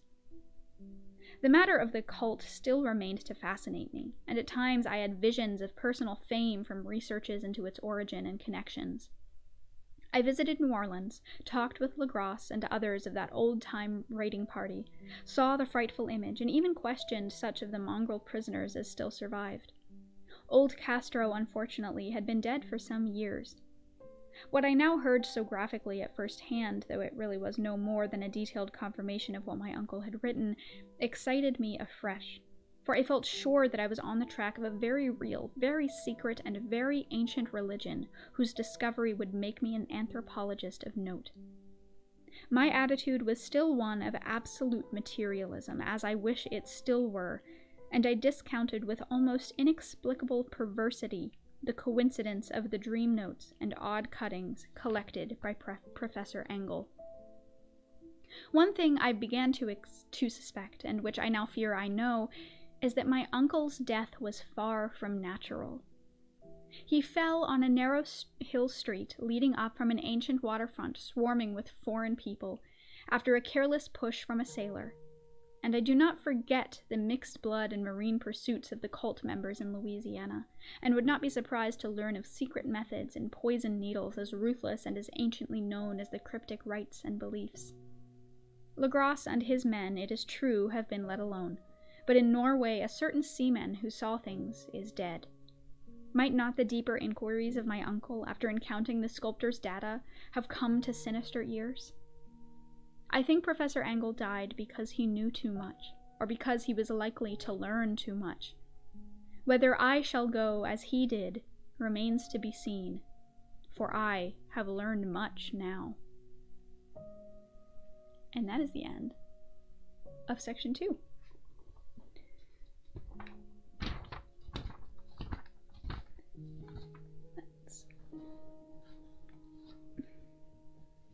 Let's get a bookmark. There we go.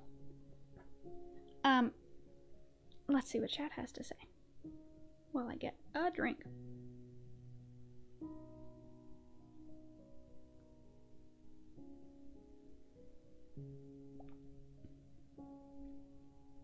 Ah, yes, the cringe parts. Yeah, it's, so, first of all, I do want to just give a disclaimer here. The term Eskimo is not okay. It's a derogatory term. I think some consider it a slur. I believe. So don't use it. Just as an FYI. Also, like, mongrel, not okay to say. Pretty much any of the words that Lovecraft uses to describe groups of people who are not, like, white and European, you shouldn't use. So, just as a disclaimer, to make it clear. All right.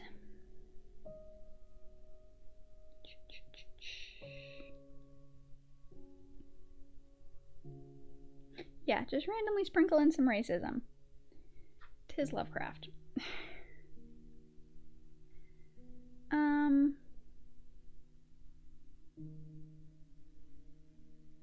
I think some of this tale being spun is rooted in fear of the unknown from the perspective of white supremacy. Yes. Did I miss important parts since I started watching now? Not a ton. I think it builds as it goes, so really the last part is the most important, I think.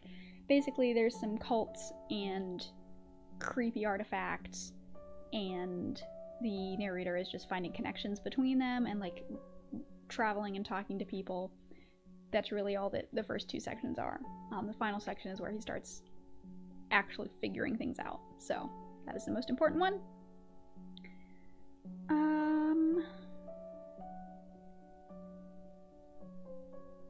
Yes.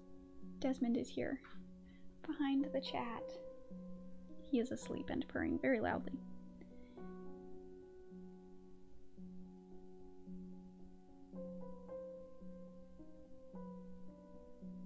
Yes. Bad cults, traveling, and racism. Oh yeah, if you're reading along, there are some slurs in here that, like, are very bad and I have skipped over. But when I was rereading this recently to prep for this, there were some things where I was like, okay, a lot of these can just be taken out and you don't lose any context, but the story, I'm able to tell the story without saying super racist words, and I think that that's a good sort of happy middle ground, because I don't think that we need to say those words in order to keep the story plot going.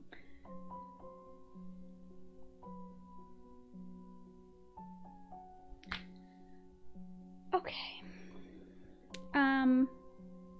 So yeah, this final section I think is the best. It's the most exciting, I think. Though there are lots of, like, dates and directions and things, but I don't know how important most of them are.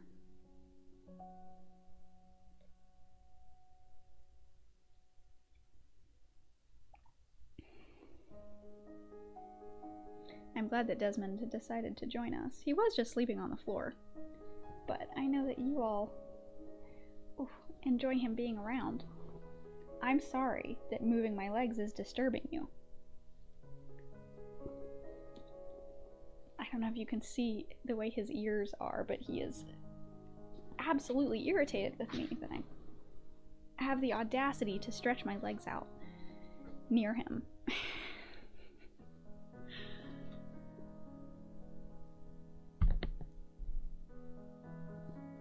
What does? Oh, hi. Are you coming up to say hello to me? Yeah.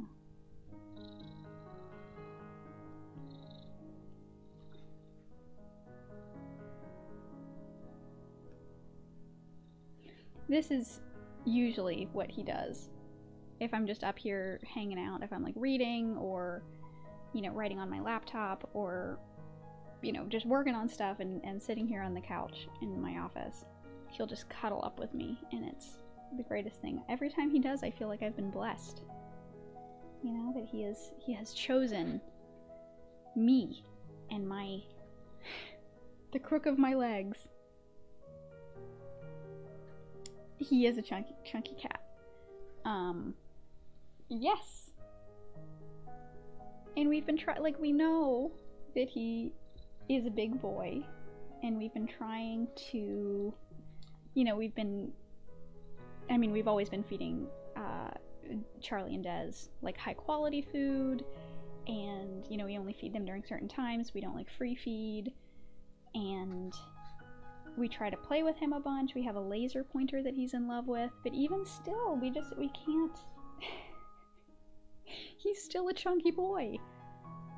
But part of it is that he is big. Like, his bone structure is just big. But he is, like, according to the vet, like 2 pounds overweight. But we're trying. Yeah. Yes. But he seems to be happy enough, Are you happy, Desmond?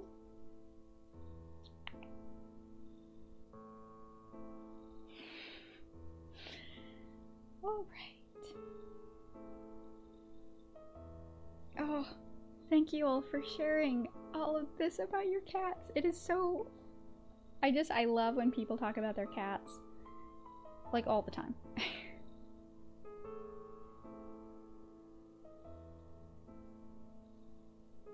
Oh, thank you, Nick Nerd Guy, for coming. I do trip over words sometimes. Especially Lovecraft, because all of his words are like $5 words. But listen, it is what it is. It's a live reading. I could just cut them out, but it is not that kind of video. So, yes, change their names to their elks. That is wonderful. I'm glad to hear that.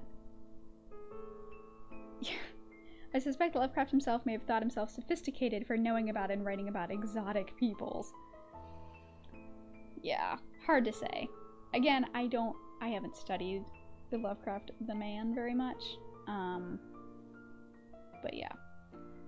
I have 2 cats, one of whom is missing an eye and is an old cat. Oh, they sound wonderful. Give them both lots of love from me. Lots of scritches if they are comfortable with scritches. I don't understand the imperial system, but 2 pounds doesn't sound that much. 2 pounds on a person is not that much. So 2 pounds... I'm trying to think of what even I could... How much is that in... What do you use? Kilos? Is that what they use? But on a cat, it's pretty significant. Like, Charlie is 8 pounds, give or take, because he's pretty little. Desmond is like 11 and a half.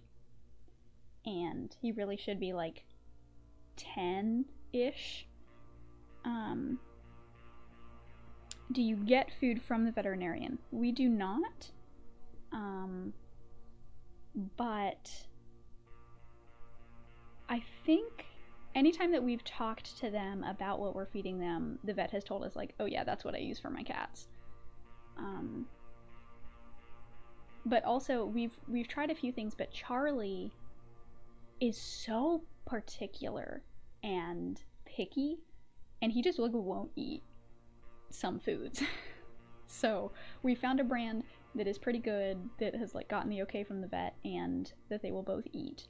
So we're like afraid to change anything up now. Oh, Murray is 13, Tantrum is 16, but they're both part Maine Coon.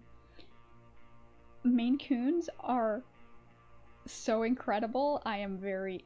Oh my, you have Maine Coons and you live in Maine. Did you do that on purpose, or is that just like, are all of them... are Maine Coons actually more... What's the word I'm looking for? Are there more Maine Coons in Maine? Or is that... I didn't even put 2 and 2 together at first.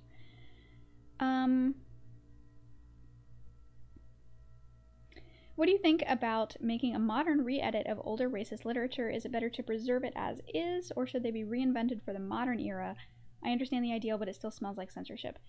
Yeah, that's also a valid question that a lot of people have asked, and I don't know what the answer is. The way that I feel about a lot of these kinds of things when talking about this kind of literature is to ask the people who are affected by it what they think.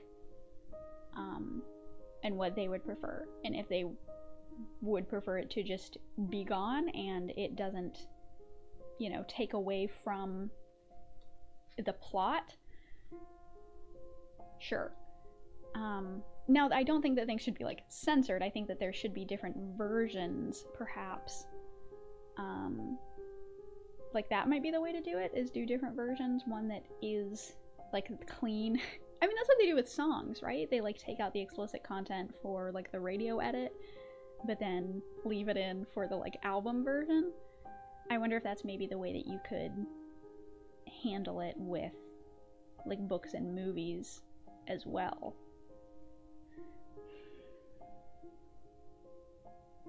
Right? I mean, is there a downside to doing it that way? To having different versions? I guess then the question is like, which version is like the dominant one, and like which one do you teach if it's a piece of literature, like educational literature? Because that might be the way to do it. Or leave it in but have like a disclaimer at the beginning. I know that's what a lot of movies and like collections of like older things have done. Like that was the whole thing with Gone with the Wind from like a year or so ago, right? Where there was like a whole thing and people were like, oh, they've canceled Gone with the Wind, it's like gone now. But what they actually did was just put a disclaimer at the beginning, right? And said like, hey, there are some depictions of things in here that are not good. Keep an eye out. Just warning you. Okay, here's the film as it was intended and as it, you know, the like standard version of it.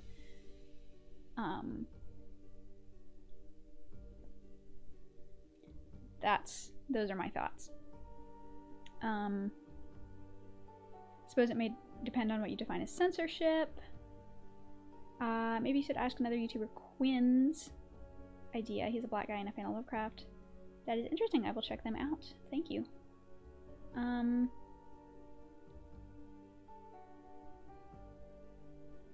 cat named Fiasco. That's wonderful.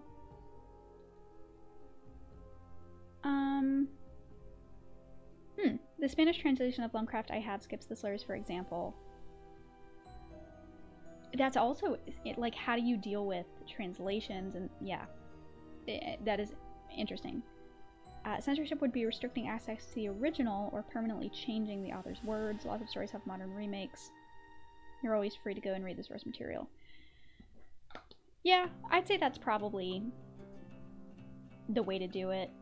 Then is to have like versions where you make it clear that whatever the new version is different. Or you have those original versions and you're transparent about the issues that might be in it. Though I think the argument against that might be that having those like content warnings, I guess, for lack of a better term, or disclaimers at the beginning might color people's interpretations. You know, they might change the way that people read it if they're given a warning before they read it. Though, I mean, I guess you could say the same thing about like age ratings and things like that. I don't know. There's a lot of very interesting thoughts there and ideas and questions.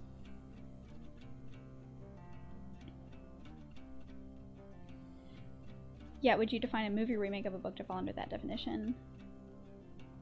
There does seem to be an element of self-censorship beyond issuing disclaimers then. Yeah. I'm trying to think. I don't even know like what the most recent thing that I can think of is the like Gone with the Wind thing. I don't know if there are any other like current things that are being dealt with in that way that are like recent. Yeah, many people can't recognize racism unless it's very obvious, so if the slurs would be edited out, it might normalize types of racism that aren't so obvious. That's also a very interesting point. That, you know, it's one thing to get rid of slurs, and it's another thing to highlight the you know, systemic or like, you know, that level of stuff in text. And I think that because that is so big and broad and baked into things, like, you couldn't get rid of that. You know, it's not just a single word or a couple of words that you're just editing out. That's like just baked into all of everything. Wasn't there a live action animation mixed Jungle Book? Is the Jungle Book, was there? I haven't seen the animated feature since I was a very small child. Was there? Des, please? No, stop it.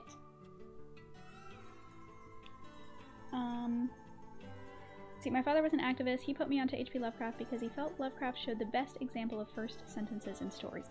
He does. It does. I agree 100%. Like, this first sentence of Call of Cthulhu is, like, sublime. You know, the most merciful thing in the world, I think, is the inability of the human mind to correlate all its contents. Beautiful. Perfect. And I love it. Same with Mountains of Madness, too. Which, if I can, where is it? Here it is.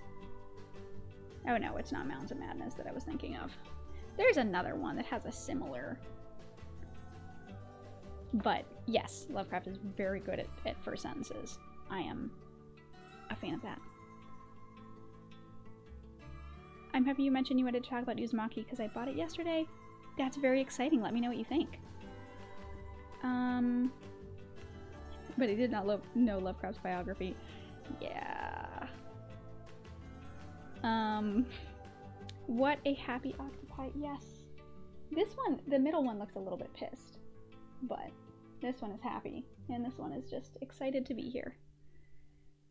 I might actually be thinking of Song of the South. That has not been remade, but Disney was touting it not that long ago as a classic.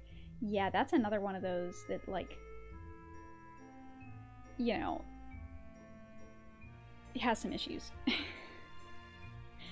I've always seen censorship as an action of suppression or prohibition, not of editing or changing. I think citing source material is important, or letting the reader know that the original manuscript has been changed for content. Yeah, that's true. I think that I agree with you, Unconventional Gamer. What do you normally read outside streams? Oof. Nonfiction, mostly. Research for videos is most of what I read. Any literature that I read is mostly short stories or Jeff Vandermeer. I'm trying to think of like short story collections that I've read recently. Italo Calvino's Cosmic Comics is really good. I mean, I talk about Italo Calvino all the time. Maybe I'll need to do a video on him.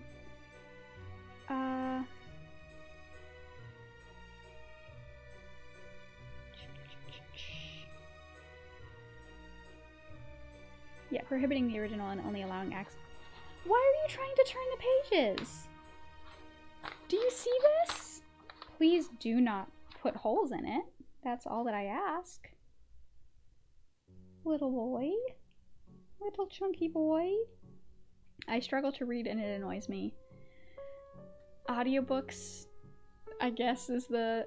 Wait, I guess it means on... It depends on what you mean by struggling to read. If it's like you struggle to find the motivation, because same, or if it's the actual like act of reading, in which case audiobooks might be the choice. I know my dad is dyslexic, and so that's what he didn't read for decades because he just couldn't. You know, he struggled with it a lot because of his dyslexia, but then when audiobooks became more of a thing, that was how he found his solution. Cats do love Lovecraft. Don't you? Just the stories. It's just because he likes to eat. He really likes fish. The type of wet food or like canned food that we give them has fish in it. So I think maybe it's all of the, you know, marine based lore that he's just super into.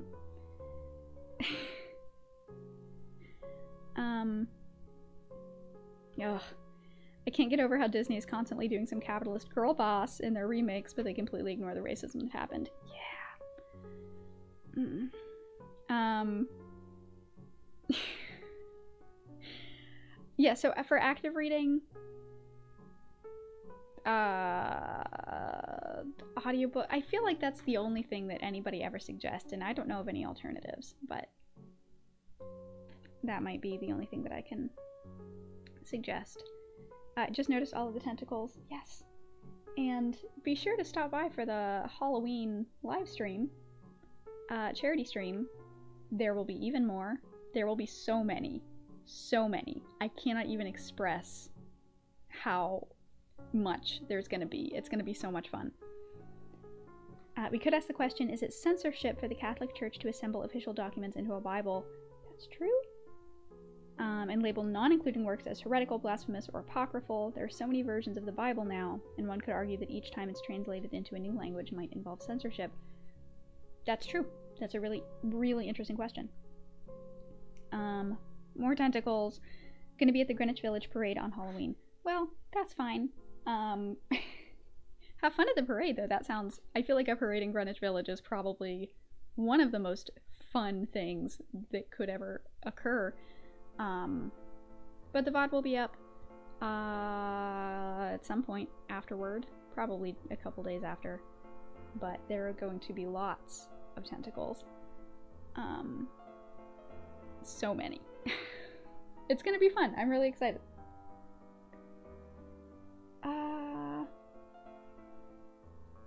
Okay.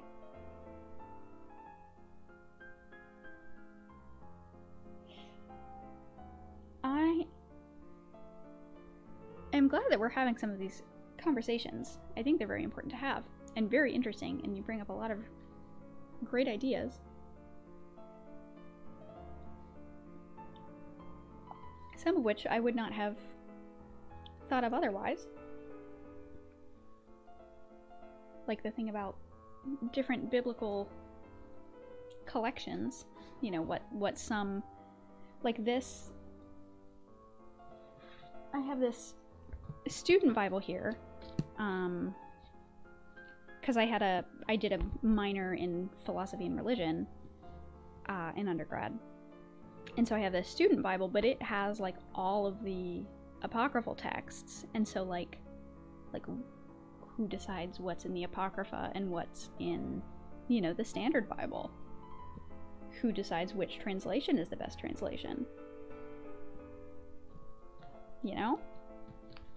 And does that count as censorship if you're saying that some of these texts should not be in the, you know, standard version?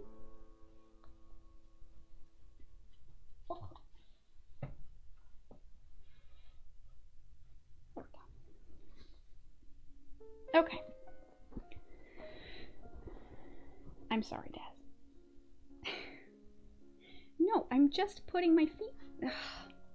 These cats. What do you think about Dan Brown? Dan Brown, like the... Oh, what's that book? The Tom Hanks movie book. Da Vinci Code. Is that... Dan Brown was the Da Vinci Code? I haven't read any Dan Brown, so I cannot give a... Yes. I cannot give a good... I don't have an opinion on Dan Brown. I've heard some mixed things, but also from people whose opinions I'm not necessarily sure are pure, I guess. Does that version include the Gospel of Ruth or Lilith? Oh, I don't remember. Gosh, we're never gonna get to this third section if we keep...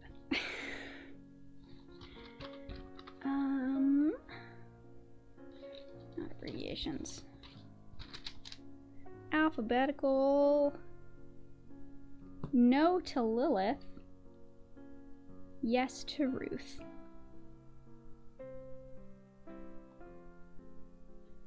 Oh wait, Lilith is just the character, right? Character, the like person, not... There isn't like a book. Yes? Right? I don't remember.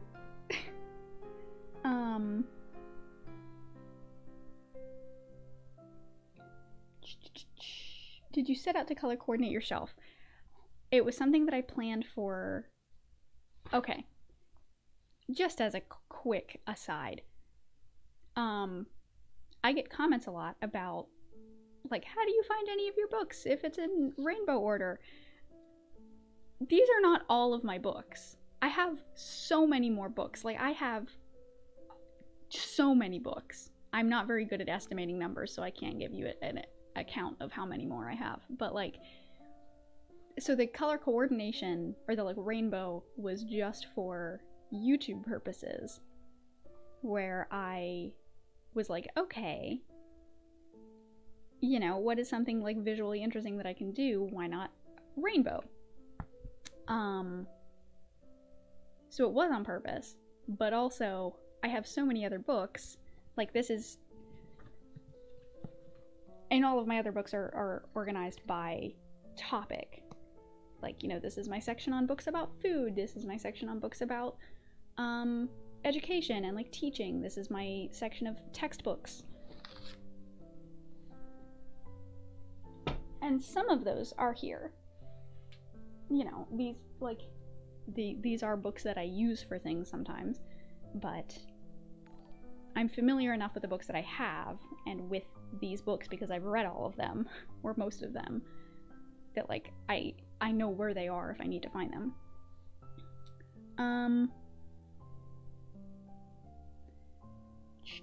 That's why I got a new house, need more room for books. Yes. Des does want to read. He always... It's just because he likes it when I sit and when I'm very still and when he has something that he can rub his nose against, like the spine of a book.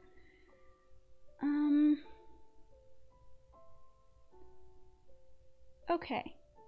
I think that has covered. Cephalopod, such good discourse. Yes. Which Jeff Vandermeer books do you recommend besides Annihilation? I like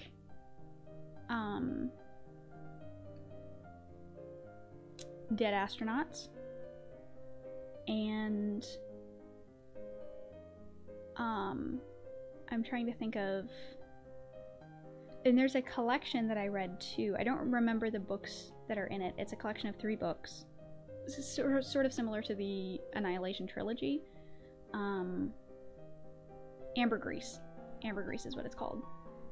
And it's about a city made of mushroom people. That trilogy is really good.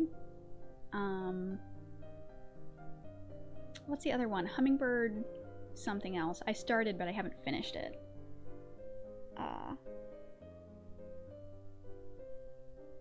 So all of those. Basically, all Jeff Vandermeer books. I love Jeff Vandermeer.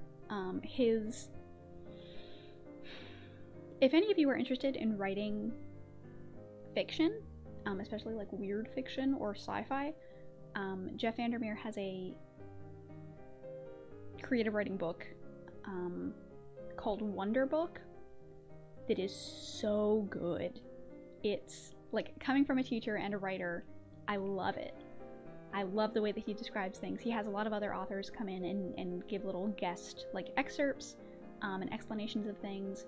He does a lot of, like, visualization of concepts, which I really like because I'm very much a visual... I like to have things in, like, charts and graphs and visualizations of things. It's a very beautiful book. The art in it is incredible. I highly recommend getting it if you are interested in writing or teaching creative writing. What do you teach? I do not teach anymore. I used to teach. I guess I am no longer a teacher. But I taught college English, like composition, like writing, mostly like academic writing, not like creative writing, but yes, college English. What is this song? Oh.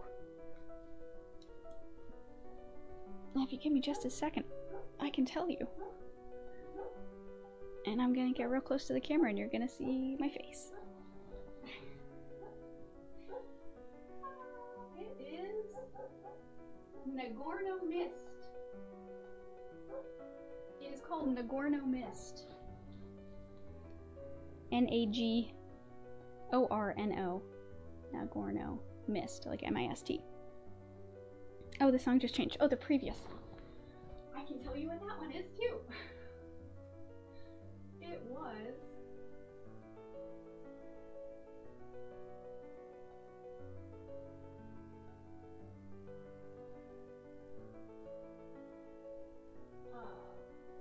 Kingdom of Bach.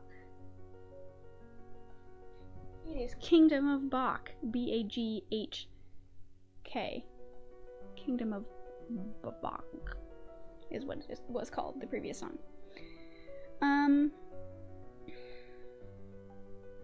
If you like big epic sci-fi, Christopher Paolini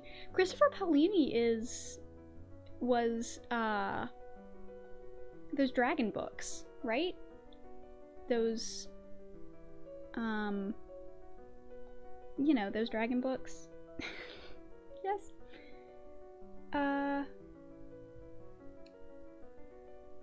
Song just changed. It was the last song, but it sounds like it's the same composer. Yes. Aragon. Yes, those dragon books. I was really into those as a child, and then when the film came out, and we saw it, it was so bad. I was so disappointed. All of the lore was just gone. Oh, I need to fix that. I'm on the wrong window now. Okay. And then we can finally actually get to the third section.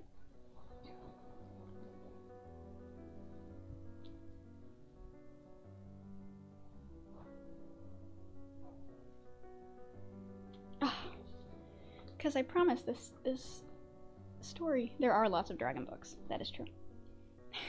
The good dragon books from my childhood. You know, those ones. Alright. Section 3. Let's get to this epic conclusion of our story. Let's bring in...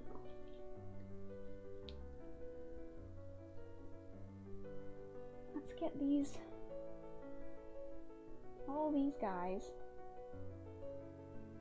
for our wonderful and very exciting conclusion to this story.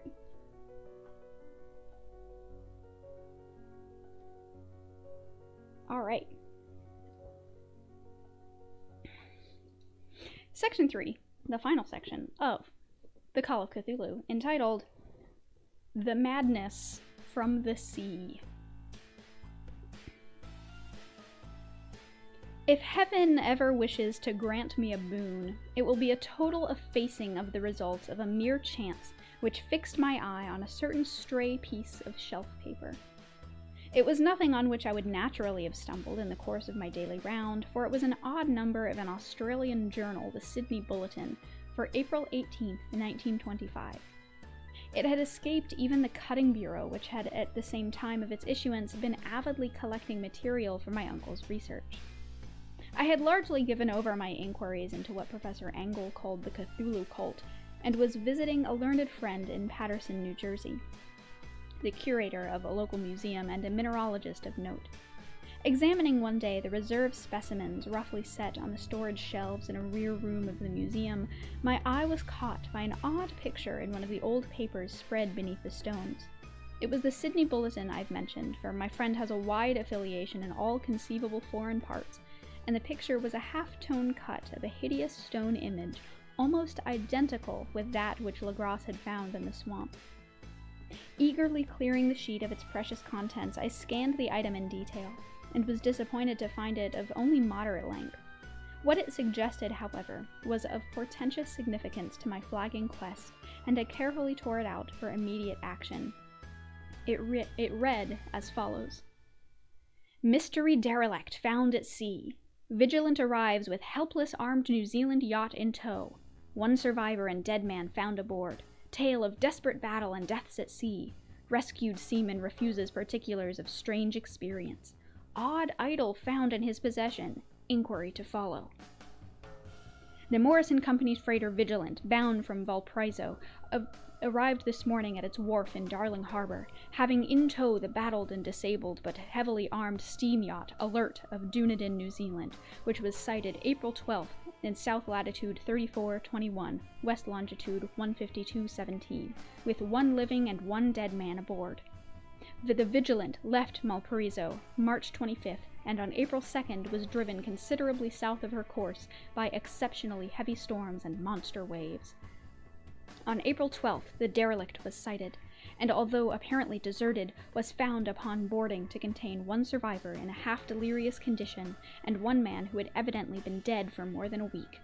The living man was clutching a horrible stone idol of unknown origin, about a foot in height, regarding whose nature authorities at Sydney University, the Royal Society, and the museum in College Street all profess complete bafflement, and which the survivor says he found in the cabin of the yacht, in a small carved shrine of common pattern. This man, after recovering his senses, told an exceedingly strange story of piracy and slaughter.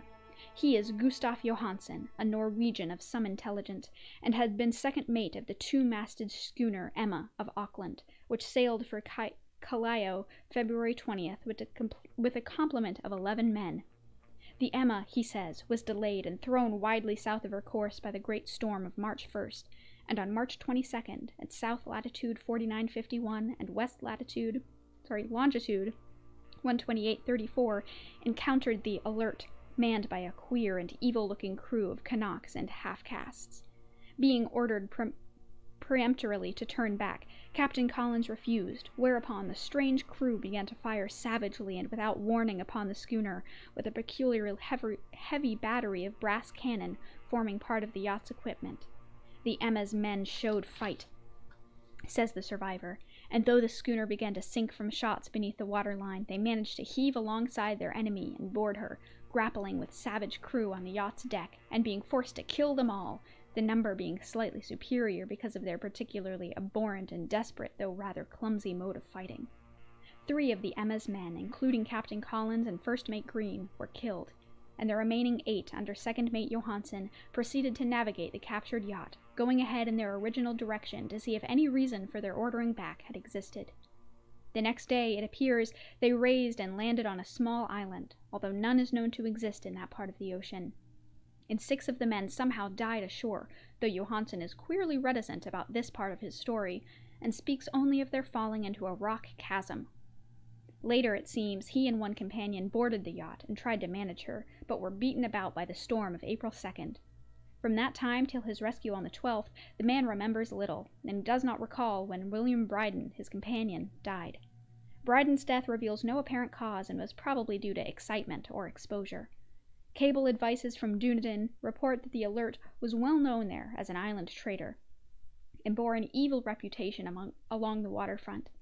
It was owned by a curious group of half-castes, whose frequent meetings and night trips to the woods attracted no little curiosity, and it had set sail in great haste just after the storm and earth tremors of March 1st.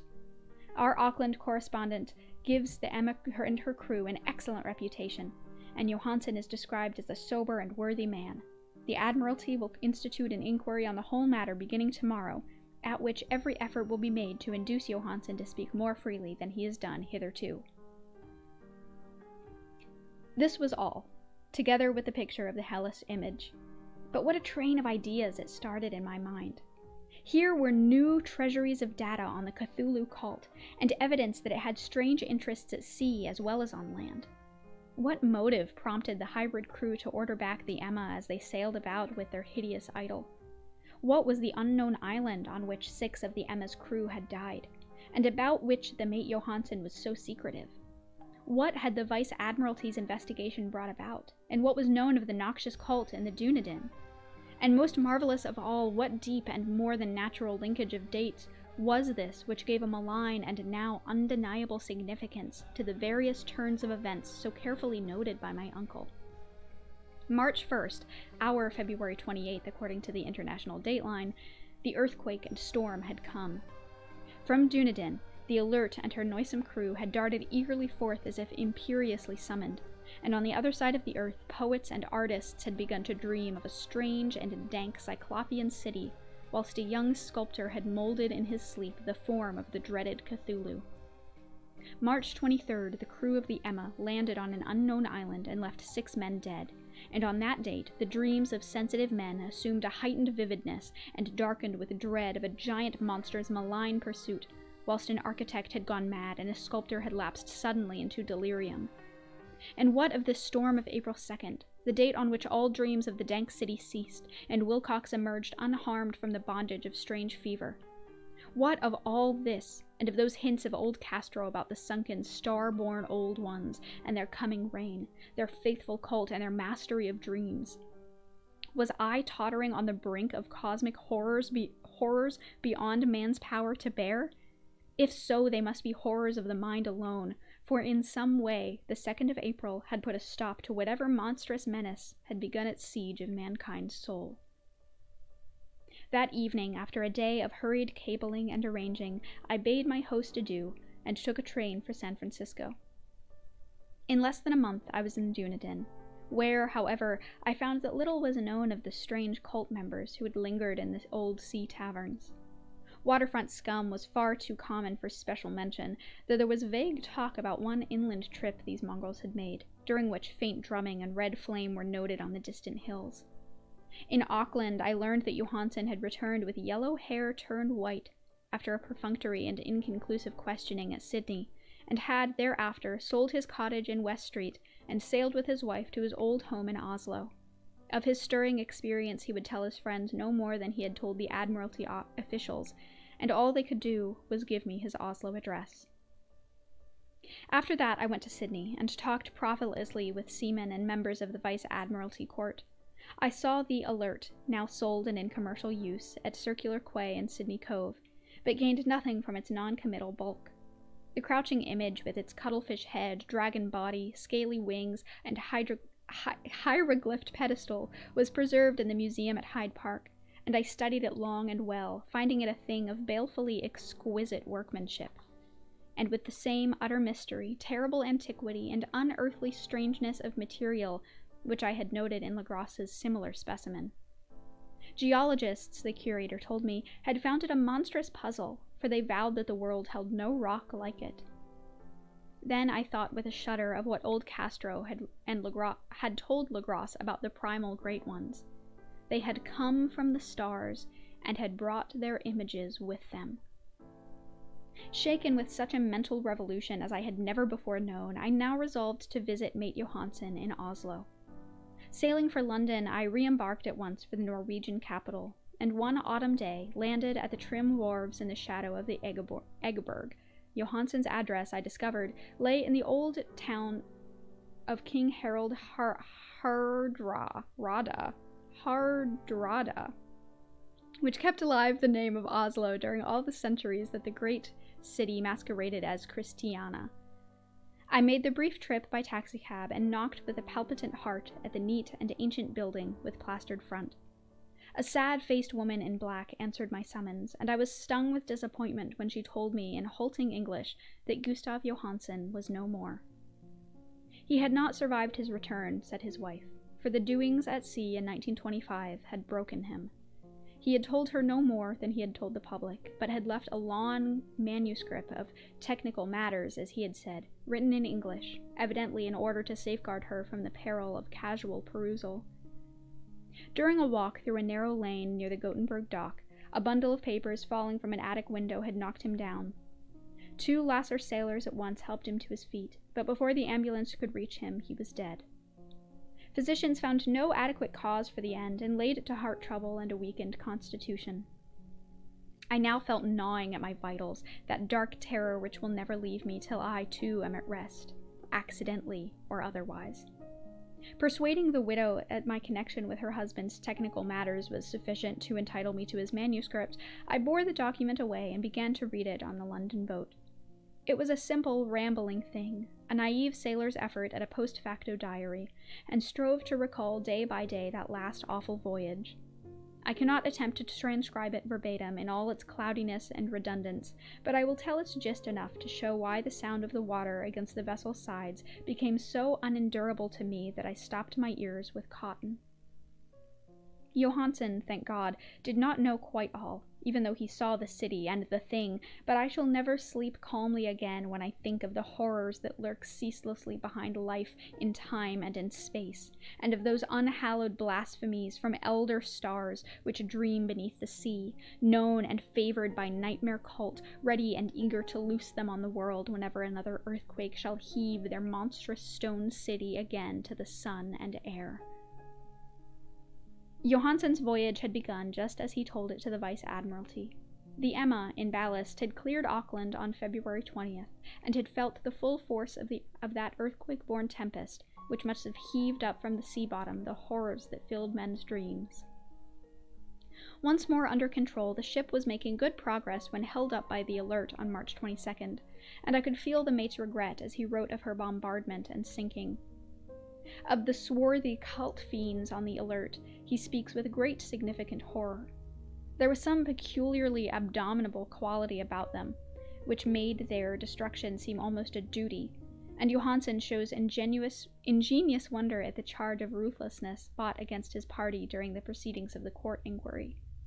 Then, driven ahead by curiosity at their captured yacht under Johansen's command, the men sight a great stone pillar sticking out of the sea, and in south latitude 47.9, west longitude 126.43, come upon a coastline of mingled mud, ooze, and weedy cyclopean masonry, which can be nothing less than the tangible substance of Earth's supreme horror, the nightmare corpse city of Rillier, that was built in measureless aeons behind history by the great Cthulhu and his hordes, hidden in green slimy vaults and sending out at last, after cycles incalculable, the thoughts that spread fear to the dreams of the sensitive, and called imperiously to the faithful to come on a pilgrimage of liberation and restoration. All this Johansen did not suspect, but God knows he saw soon enough. I suppose that only a single mountaintop, the hideous monolith-crowned citadel whereon great Cthulhu is buried, actually emerged from the waters. When I think of the extent of all that may be brooding down there, I almost wish to kill myself forthwith.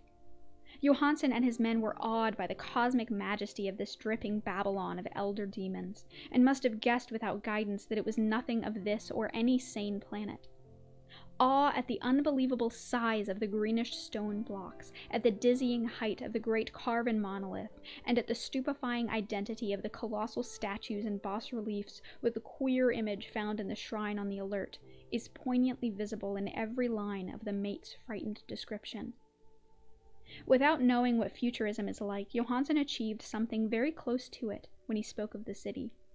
For instead of describing any definite structure or building, he dwells only on broad impressions of vast angles and stone surfaces too great to belong to anything right or proper for this earth, and impious with horrible images and hieroglyphs. I mention his talk about angles because it suggests something Wilcox had told me of his awful dreams. He had said that the geometry of the dream place he saw was abnormal, non-Euclidean, and loathsomely redolent of spheres and dimensions apart from ours. Now, an unlettered seaman felt the same thing whilst gazing at the terrible reality. Johansen and his men landed at a sloping mud bank on this monstrous acropolis, and clambered slipperily over a Titan oozy block, which could have been no mortal staircase. The very sun of heaven seemed distorted when viewed through the polarizing miasma welling out of the sea-soaked perversion, and twisted menace and suspense lurked leeringly in those crazily elusive angles of carven rock where a second glance showed concavity after the first showed convexity. Something very like fright had come over all the explorers before anything more definite than rock and ooze and weed was seen.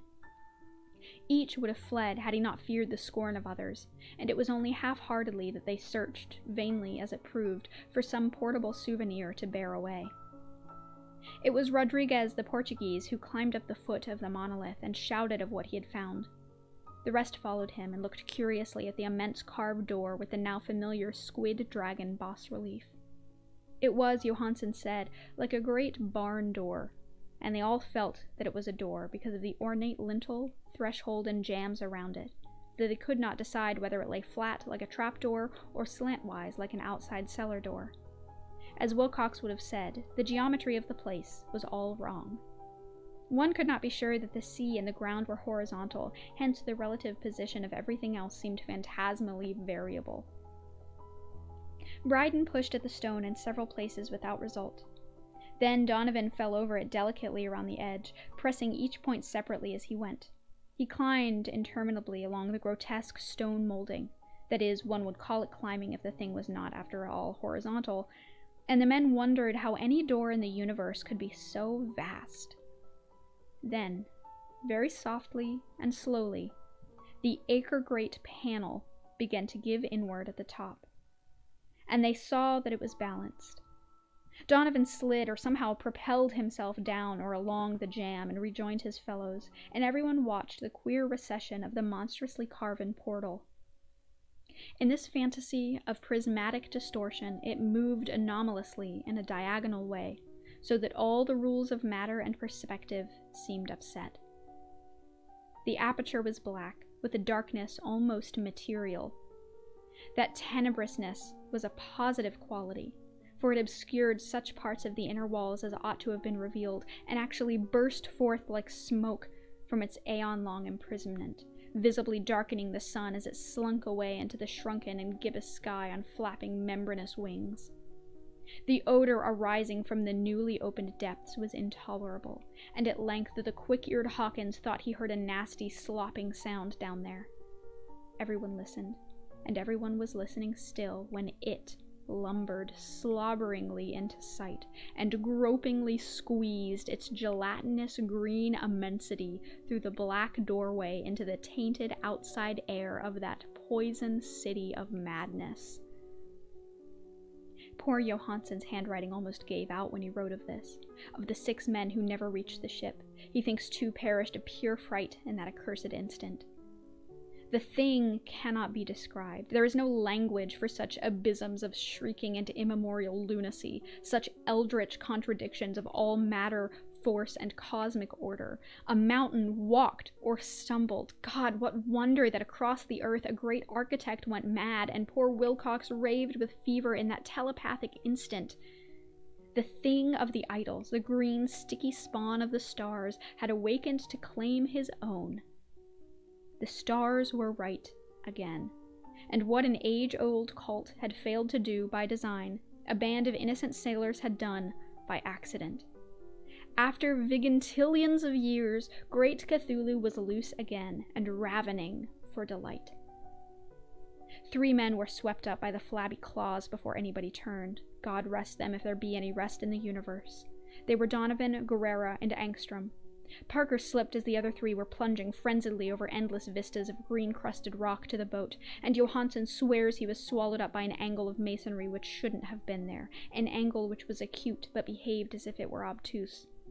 So only Bryden and Johansson reached the boat, and pulled desperately for the Alert as the mountainously monstrosity flopped down the slimy stones and hesitated, floundering at the edge of the water. Steam had not been suffered to go down entirely, despite the departure of all hands for the shore, and it was the work of only a few moments of feverish rushing up and down between the wheel and engines to get the Alert under way. Slowly, amidst the distorted horrors of that indescribable scene, she began to churn the lethal waters.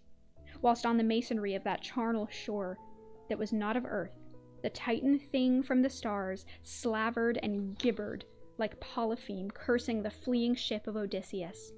Then, bolder than the storied Cyclops, great Cthulhu slid greasily into the water and began to pursue with vast wave-raising strokes of cosmic potency. Bryden looked back and went mad, laughing shrilly as he kept on laughing at intervals till death found him one night in the cabin whilst Johansson was wandering deliriously. But Johansson had not given out yet. Knowing that the thing could surely overtake the Alert until steam was fully up, he resolved on a desperate chance, and, setting the engine for full speed, ran lightning-like on deck and reversed the wheel. There was a mighty eddying and foaming in the noisome brine, and as the steam mounted higher and higher, the brave Norwegian drove his vessel head-on against the pursuing jelly, which rose above the unclean froth like the stern of a demon galleon. The awful squid head with writhing feelers came nearly up to the bowsprit of the sturdy yacht, but Johansen drove on relentlessly. There was a bursting as of an exploding bladder, a slushy nastiness as of cloven sunfish, a stench as of 1,000 open graves, and a sound that the chronicler would not put on paper. For an instant, the ship was befouled by an acrid and blinding green cloud, and then there was only a venomous seething astern, where, God in heaven, the scattered plasticity of that nameless sky spawn was nebulously recombining in its hateful original form, whilst its distance widened every second as the Alert gained impetus from its mounting steam. And that was all. After that, Johansen only brooded over the idol in the cabin and attended to a few matters of food for himself and the laughing maniac by his side. He did not try to navigate after the first bold flight, for the reaction had taken something out of his soul. Then came the storm of April 2nd, and a gathering of clouds about his consciousness.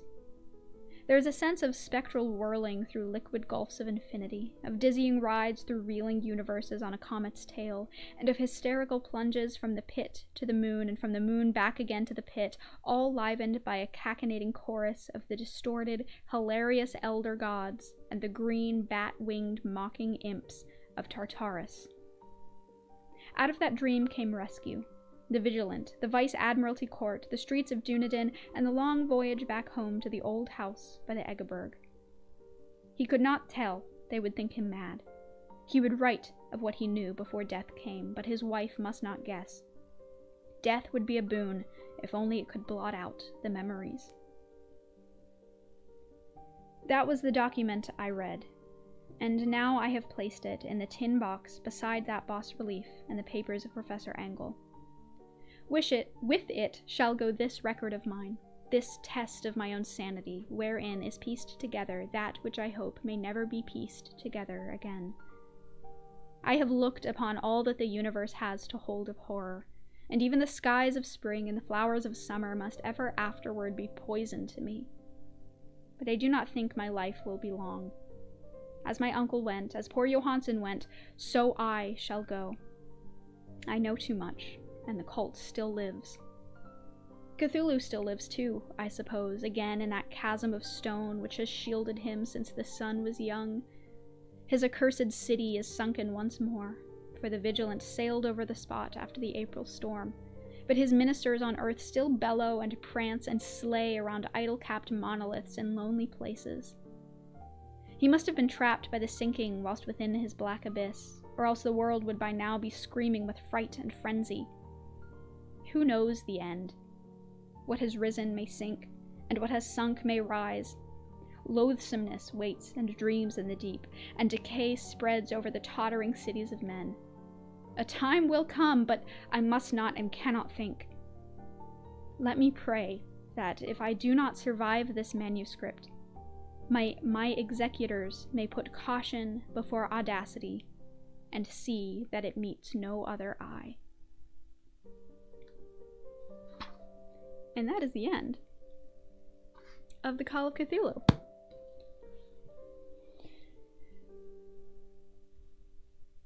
I think that this story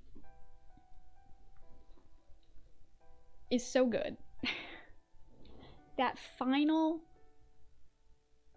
Those final few paragraphs with the release of Cthulhu and the chase, the prose there is wonderful. And I really like reading that section because I like the way that a lot of those words feel in my mouth. Which I know sounds weird, but like, I don't know, it's a very like tactile, I really enjoy words. Which I hope that you all can tell whenever I get to whenever I read poems at the ends of my videos, that I really savor words.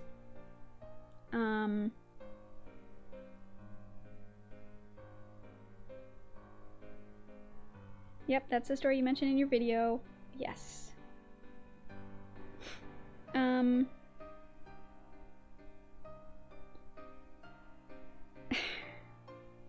Ritual complete. Roll for sanity. So I really like Call of Cthulhu, the story. I have never played the tabletop game. I've heard it's really good, and I have watched it being, like, I've watched, you know, people play it online and things, but I have never played it. But I would be interested if I don't know, I can get people together to play it. But the only thing that I don't like about the board games, and I don't think that the tabletop, like, RPG does this, but the board games that are based around the Cthulhu mythos, or like Lovecraft mythos, and video games too, is that they make it a little too real, and they make it a little too grounded and tangible and killable and understandable, and that's the antithesis of what the stories are supposed to be. But I think with an RPG, and with, you know, like tabletop games where there's a lot of improv and there's a lot of role-playing, you don't have to have that tangible nature of things. Like, it's not like, oh yes, we're gonna shoot, you know, a Shoggoth. Like, no, you're not. You're not gonna do that. You're gonna go crazy. And you're gonna, you know, lose your sanity, and you're gonna have dreams, and there's gonna be weird geometry, and you're gonna go to space. Or be in the ocean. But I also think that people are free to play games in whichever way they want. That's just my own little soapbox about those games. I do really like words. The language is so mellifluous. Mellifluous is the best word. I always find it a bit silly that they defeat Cthulhu by crashing a boat into it. I mean, to be fair, like, they crash a boat into it and then it, like, heals itself. But it's very, I mean, it feels very much like a 1920s, 1930s, like, action sequence. At least, like, stories told in that time period. I don't know if the stories from that time period are that way, but where it's very much like, ah, yes, these explorers are, you know, the dashing adventurer is gonna do a thing. Yet no ability is kind of needed for game design, but hostile to the mythos feel. Typical conclusion for a game of Cthulhu RPG is that everyone either dies or goes insane. Have you ever read any of the Cthulhu mythos-based stories or books? I haven't. I know that, so that's one positive thing to say about Lovecraft, the person, is that he was very loosey-goosey with copyright, and was very much like, I want other people to write stuff in this world. And so there is a lot of stuff written with the mythos, but I haven't read it, partially because there is a little part of me that's like, it's not there, you know, it's not the true Lovecraft because it's not written by Lovecraft, and I know that that's, like, silly, and I shouldn't be, you know, a purist about that kind of thing, but there is that little part of me. But if there are any that are good, I mean, I know, like, Lovecraft Country obviously takes a lot of, you know, that stuff, and which I haven't read, and I haven't watched the show either, for other unrelated reasons, but I would be up for reading the book, even if I don't watch the show.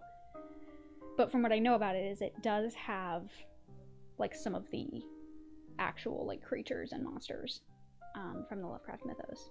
But if there are any others that any of you recommend, then I can check them out.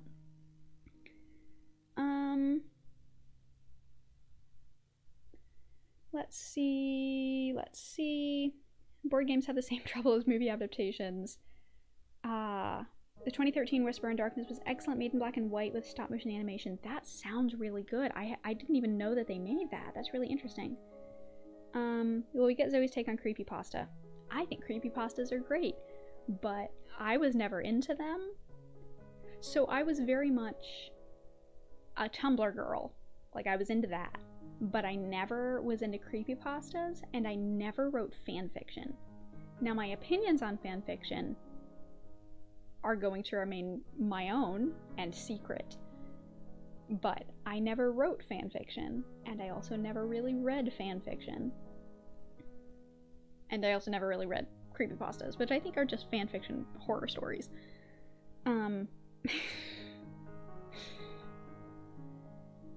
Crashing a boat into something is an age-old naval tactic. There's a reason ancient Greeks put bronze battering rams on their ship. I didn't even know that they did that, but that's interesting.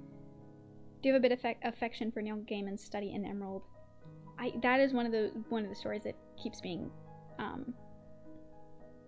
recommended to me.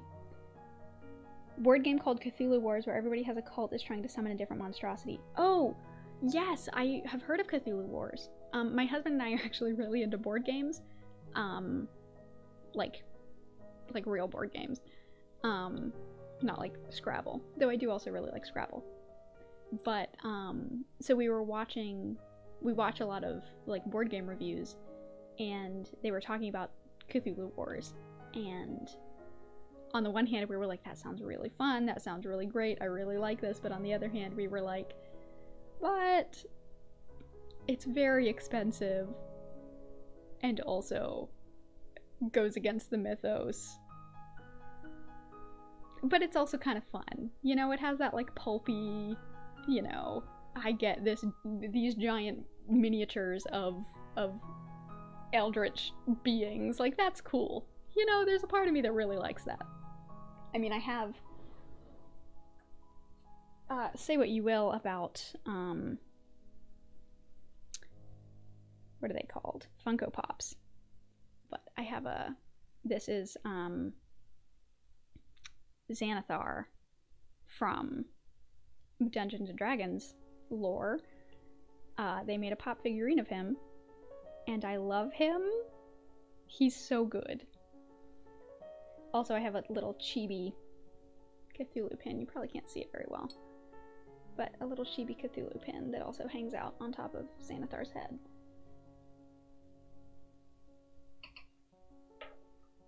So there is a part of me that really likes that kind of pulpy stuff, you know? And I allow myself a little bit of that, what's the word, like, material consumption. Lavender Town themed creepypasta. I think that there is the like Lavender Town, like, it makes kids sick. I think that is a creepypasta. D&D does have some iconic critters.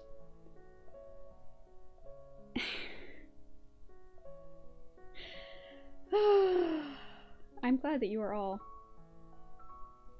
supportive of my silly, the silly things that I collect. Yes, Mind Flayers are great. I've actually been playing a lot of Baldur's Gate 3 recently. That's actually kind of my plan for this evening, is to get some food and then play some Baldur's Gate, because they recently came out with a new update for the, I guess, patch, since it's still in pre-release, but where they've added like a whole new section to the final section that you can get to in the pre-release, and they added the sorcerer class, and it's a whole thing, and it's so much fun. I'm really excited for that game to come out. I'm kind of surprised there's not a version of Monopoly where you try to buy as many Lovecraft intellectual properties as possible. That's funny. I like that a lot. I think that there might be... No, maybe there's... I know that they have a, like, a version of Monopoly for everything, but... which I think is silly. Monopoly is not great as far as games go. 2002 GameCube game Eternal Darkness is a great Lovecraft-inspired game. That is... Okay, I think that this is something that I shared during the last stream, but I will find it again. There's a video that I watched a couple months ago. I remember because I was watching it while I was packing for moving, when I moved a couple months ago. and it was in search of good Lovecraftian horror, but in video games.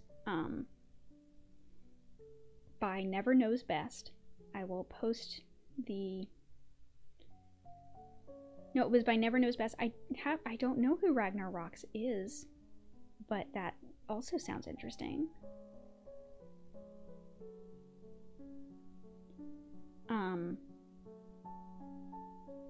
But the Never Knows Best video is about what makes something Lovecraftian, and also like how you can do that in video games. And it turns out that most video games that are Lovecraftian, or like sell themselves as Lovecraftian, are actually not the best Lovecraftian things, games.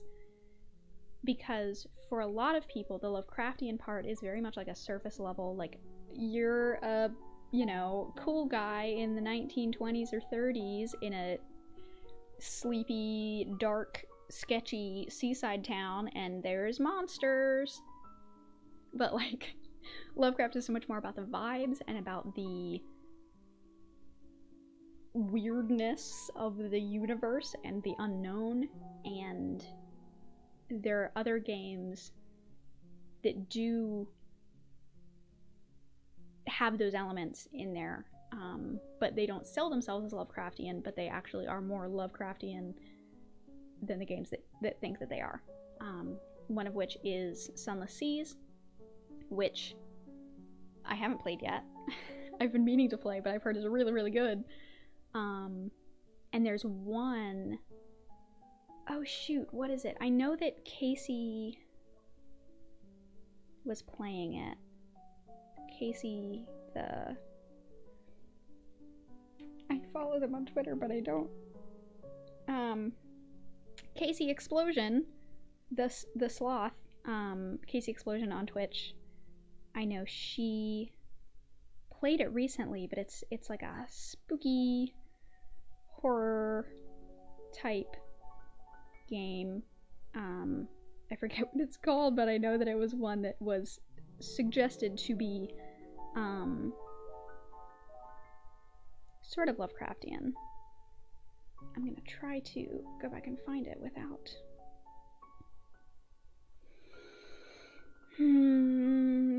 it getting too much, just so we're looking at her phone on stream. It was Dark something. Dark something. Clark Ashton Smith was the better stylist. Lovecraft had the eye for detail and patience to create most of the mythos. One of my favorite Lovecraftian style games is Alone in the Dark, made in 1994. Then cutting edge 3D graphics, excellent sound design and art. Totally worth taking up to play if you can. That sounds really interesting. Do you play video games? I do.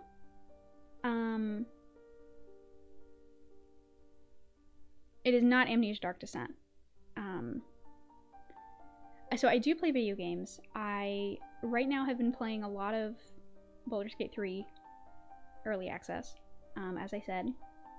And I've also been playing a lot of Animal Crossing, because, as I'm sure we all know, the update is happening, and I need to get my island ready for the update. I'm very excited about that. What else have I been playing? Oh, I don't even know. Mostly just Baldur's Gate. I know my husband has gotten really into New World. He's been playing that quite a bit.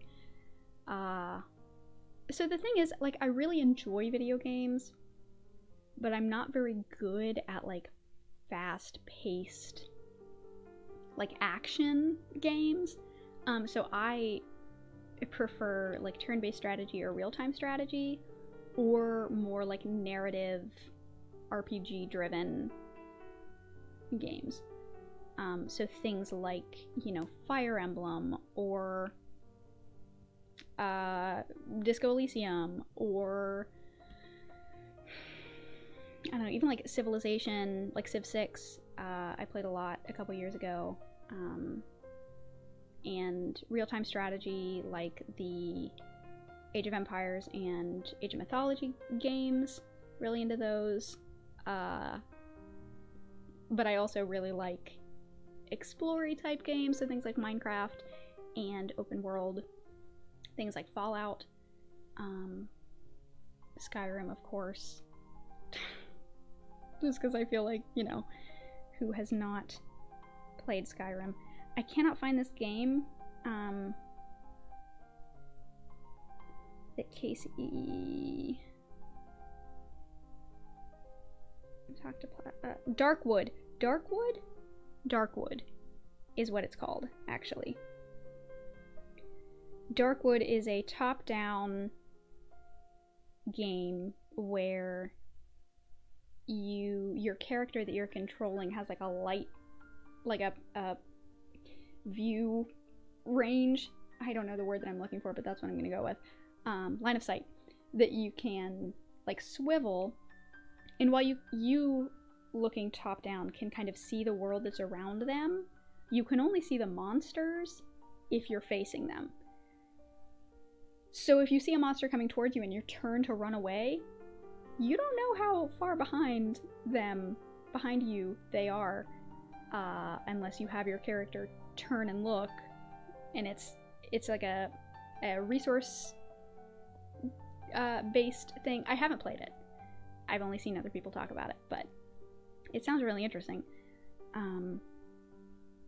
Anyway, Zoe does do words well. I'm very good at words. Listen, it's been a long day. I had crackers for breakfast and then have not eaten since then, so I think my brain is running low on energy. But thank you all for the wonderful discussions today. I also really enjoy talking about video games and things that I like, so I'm glad that we got to indulge a little bit. If you haven't played Eternal Darkness, then I recommend it. Yes. I did. I screen capped. I've been screen capping all the recommendations because I say that I will remember things and then I don't. So it is screen capped in my phone forever now. But yes, thank you all for coming and indulging me in talking about things that I enjoy talking about. I hope that you had a good time. This story is one of my favorites, but I think that Mountains of Madness is my #1 favorite, which is why I'm so excited to talk about it on Halloween for the charity stream, which, if there are any of you here who were not here earlier, the charity is Equity Before Birth, which is a really awesome organization located here in North Carolina that works to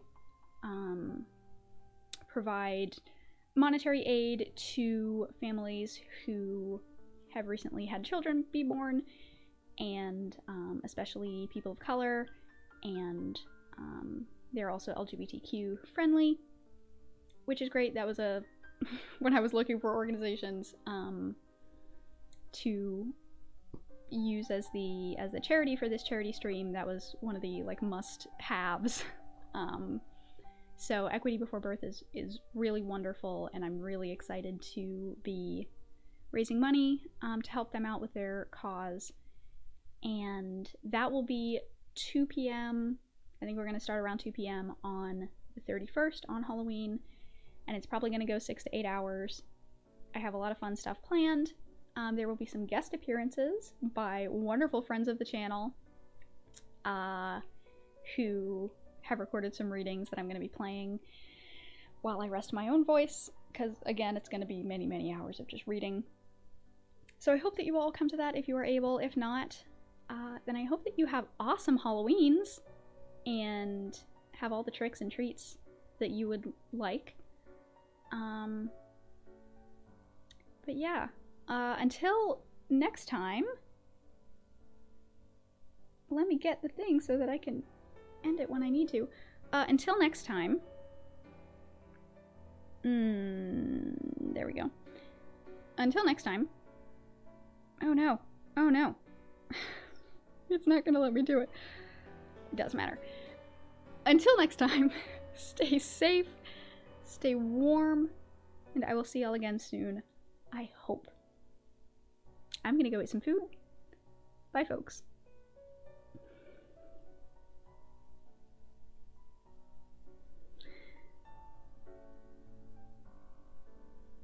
Is it ended? It is not ended. What is the point in having this remote if it doesn't end the thing? Oh well. We'll make it work. Thank you all for coming.